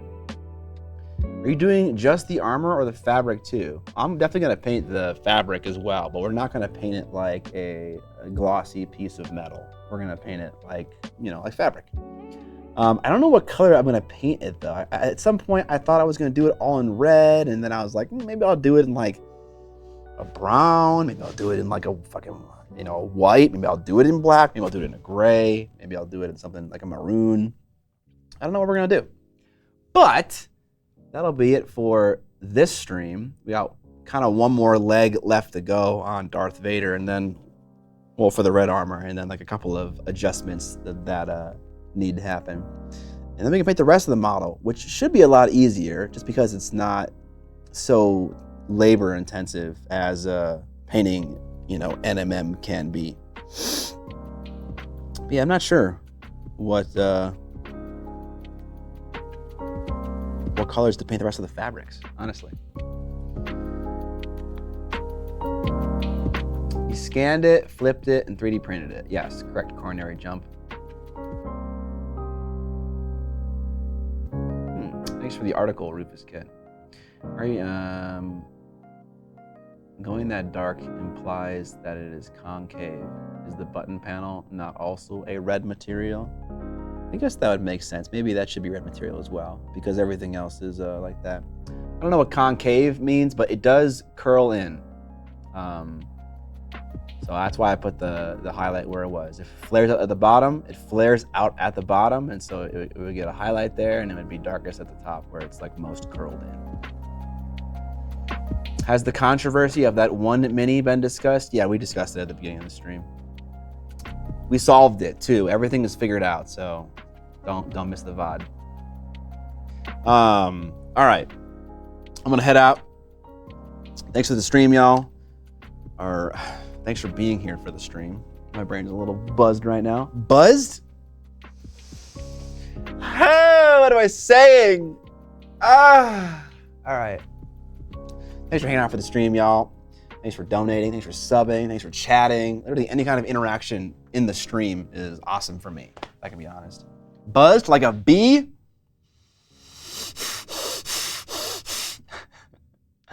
I'll have to rewatch the VOD because I have no idea what controversy you're on about. It's just someone used an AI-generated image in the backdrop of their display model paint job for Golden Demon. That's the controversy. Thanks for hanging out, y'all. I'll be back in a week, probably painting Darth Vader or some Dark Eldar, one of the two. Hopefully between then and now I finish a fucking video. I couldn't finish my Necromunda video in time for Adepticon. And then on the way back from the stream, we got like held up by a freaking winter snowstorm. And so I kind of lost a day at work because we had to stay one day longer in Madison, Wisconsin. So yeah, a little bit annoyed with myself for not having finished a video in a while, but it'll be happening soon. It'll be happening soon. Darth Eldar, dude? Fuck, dude. Get some rest. Yeah, I will. Oh, so you were up in my neck of the woods? Yeah, I'm kind of near you anyways. We're in Minnesota if you're in Wisconsin. Yeah, y'all. I'll check you guys later. I'll be back in a week. Watch out for the Necromunda video coming out. If you are a patron, I posted a pretty cool behind the scenes video about how I set up my camera and various lights and various other tools for 3 of the cool shots in the Necromunda video. So if you're a patron, go check that out. Otherwise, I'll see you guys later. Have a wonderful week and a weekend. I won't see you till then. But yeah, y'all. Necromunda video number 1. It may not be, and if it isn't, that's okay.